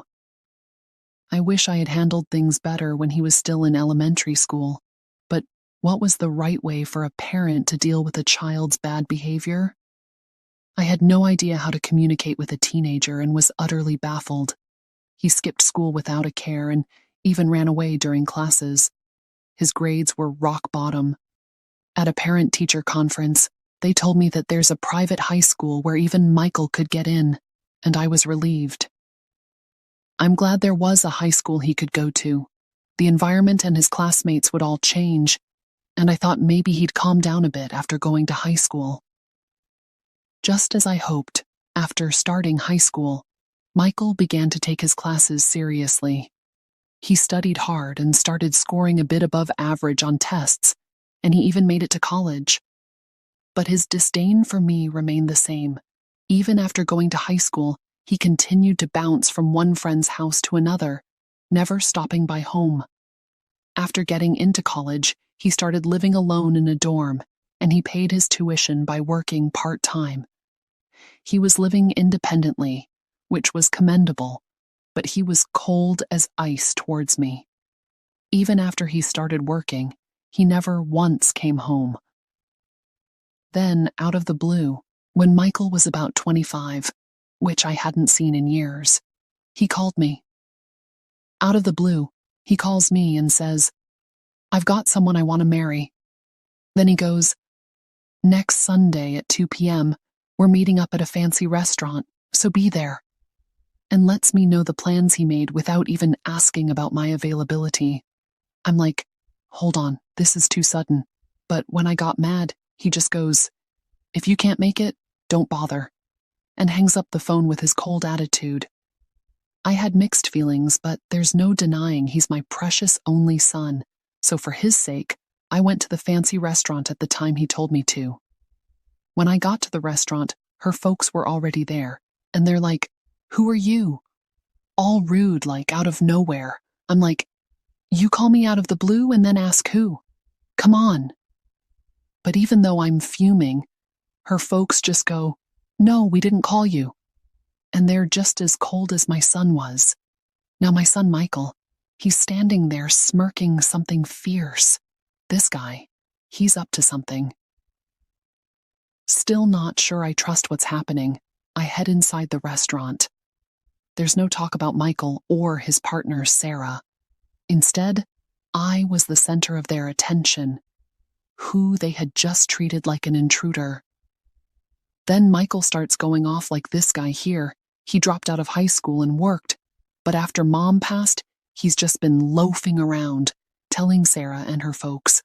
I'm like, hey, this ain't a time or place, but he isn't having any of it. Then to top it all off, Sarah bursts out laughing. For real? Can a person even get hired with just a middle school education? And Sarah's dad is all, wow, raised by a high school dropout and layabout, but you are here with a college degree and a job at a big company. You took your old man as what not to be, huh?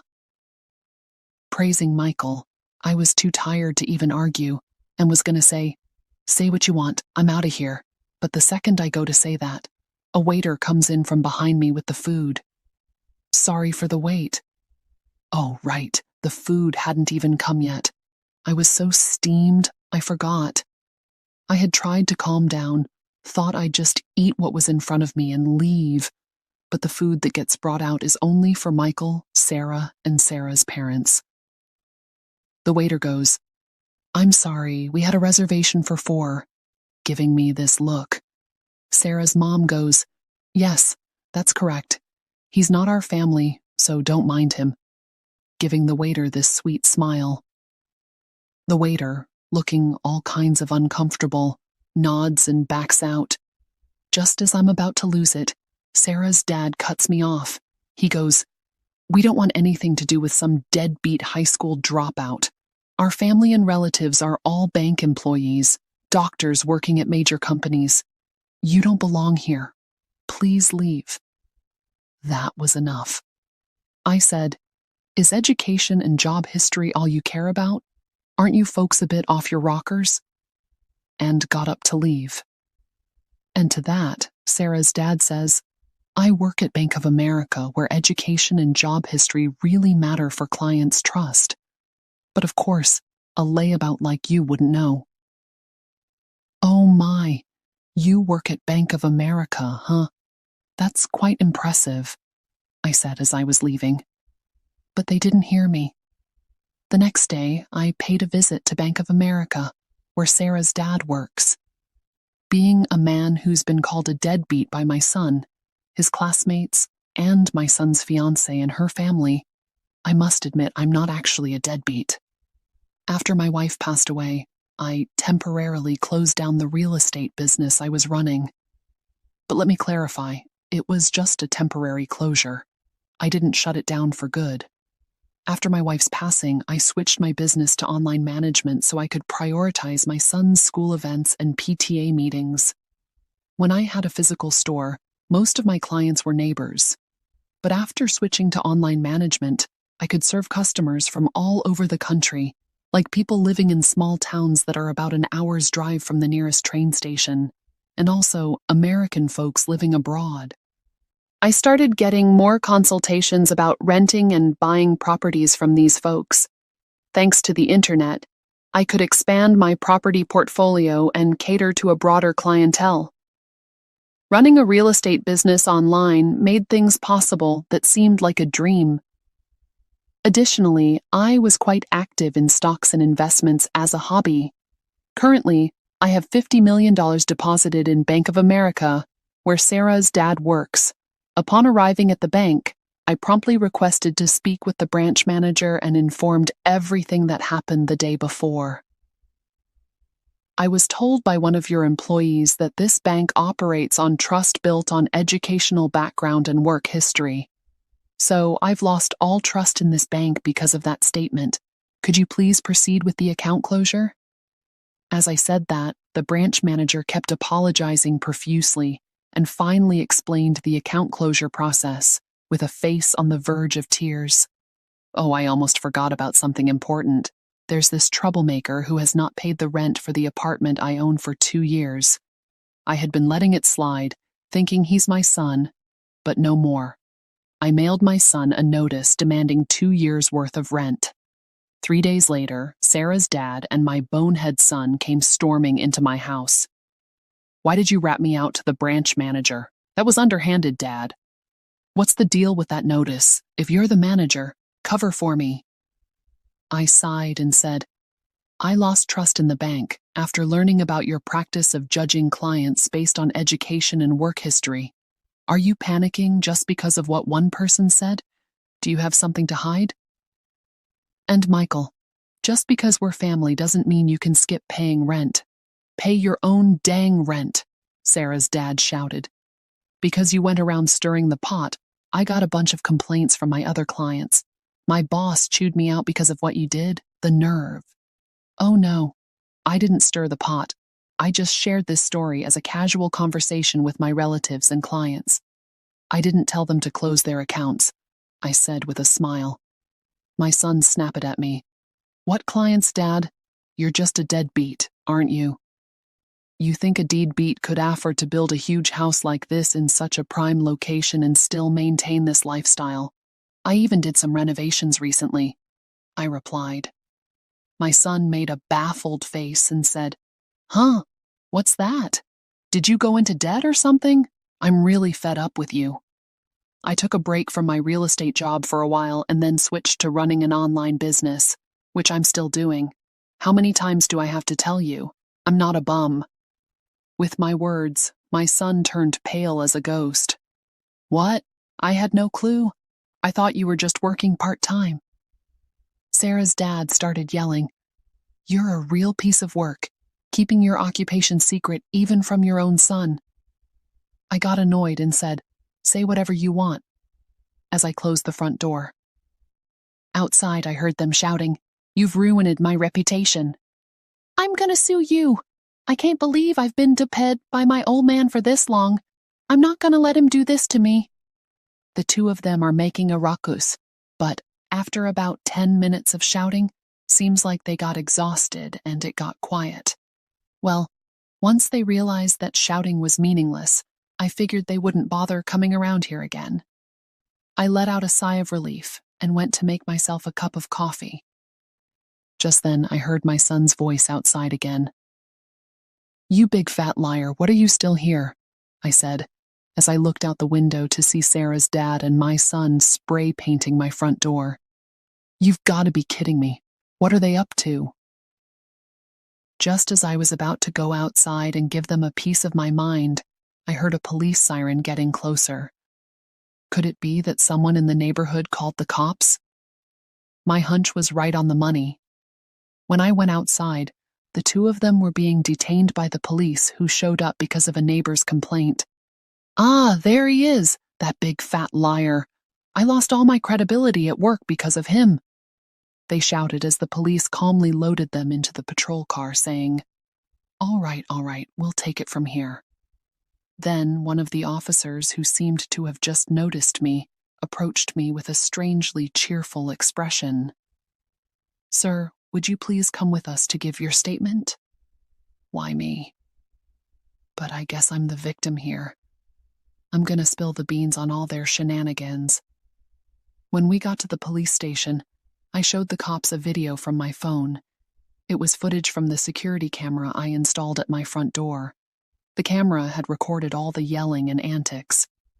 What a great piece of evidence, the officer exclaimed with a sparkle in his eye, and my questioning was over in a jiffy.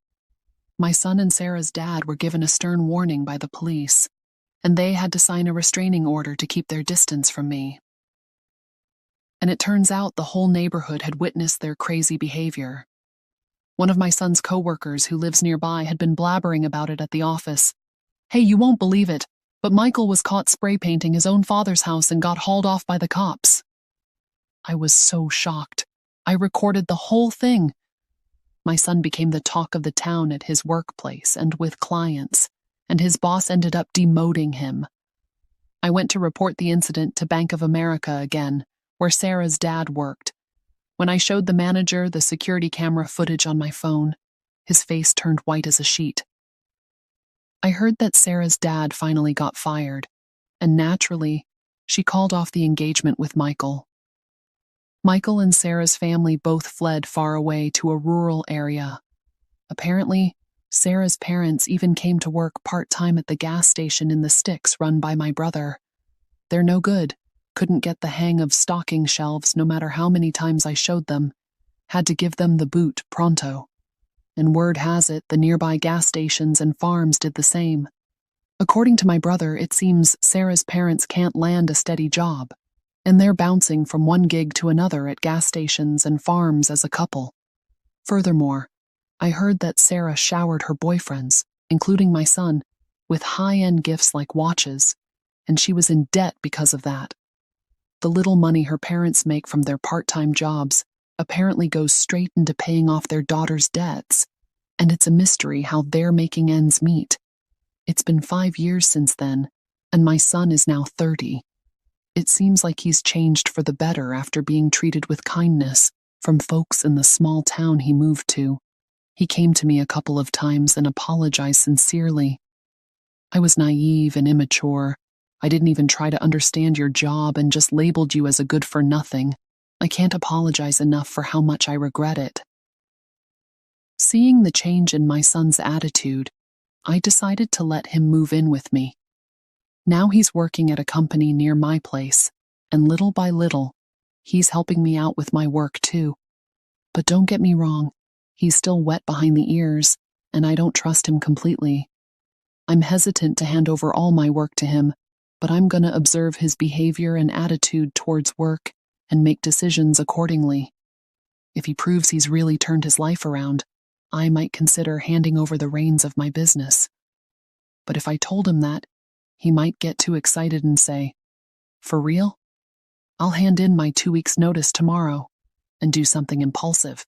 I'm living with my son, holding on to the hope that one day I'll feel confident enough to trust him with everything.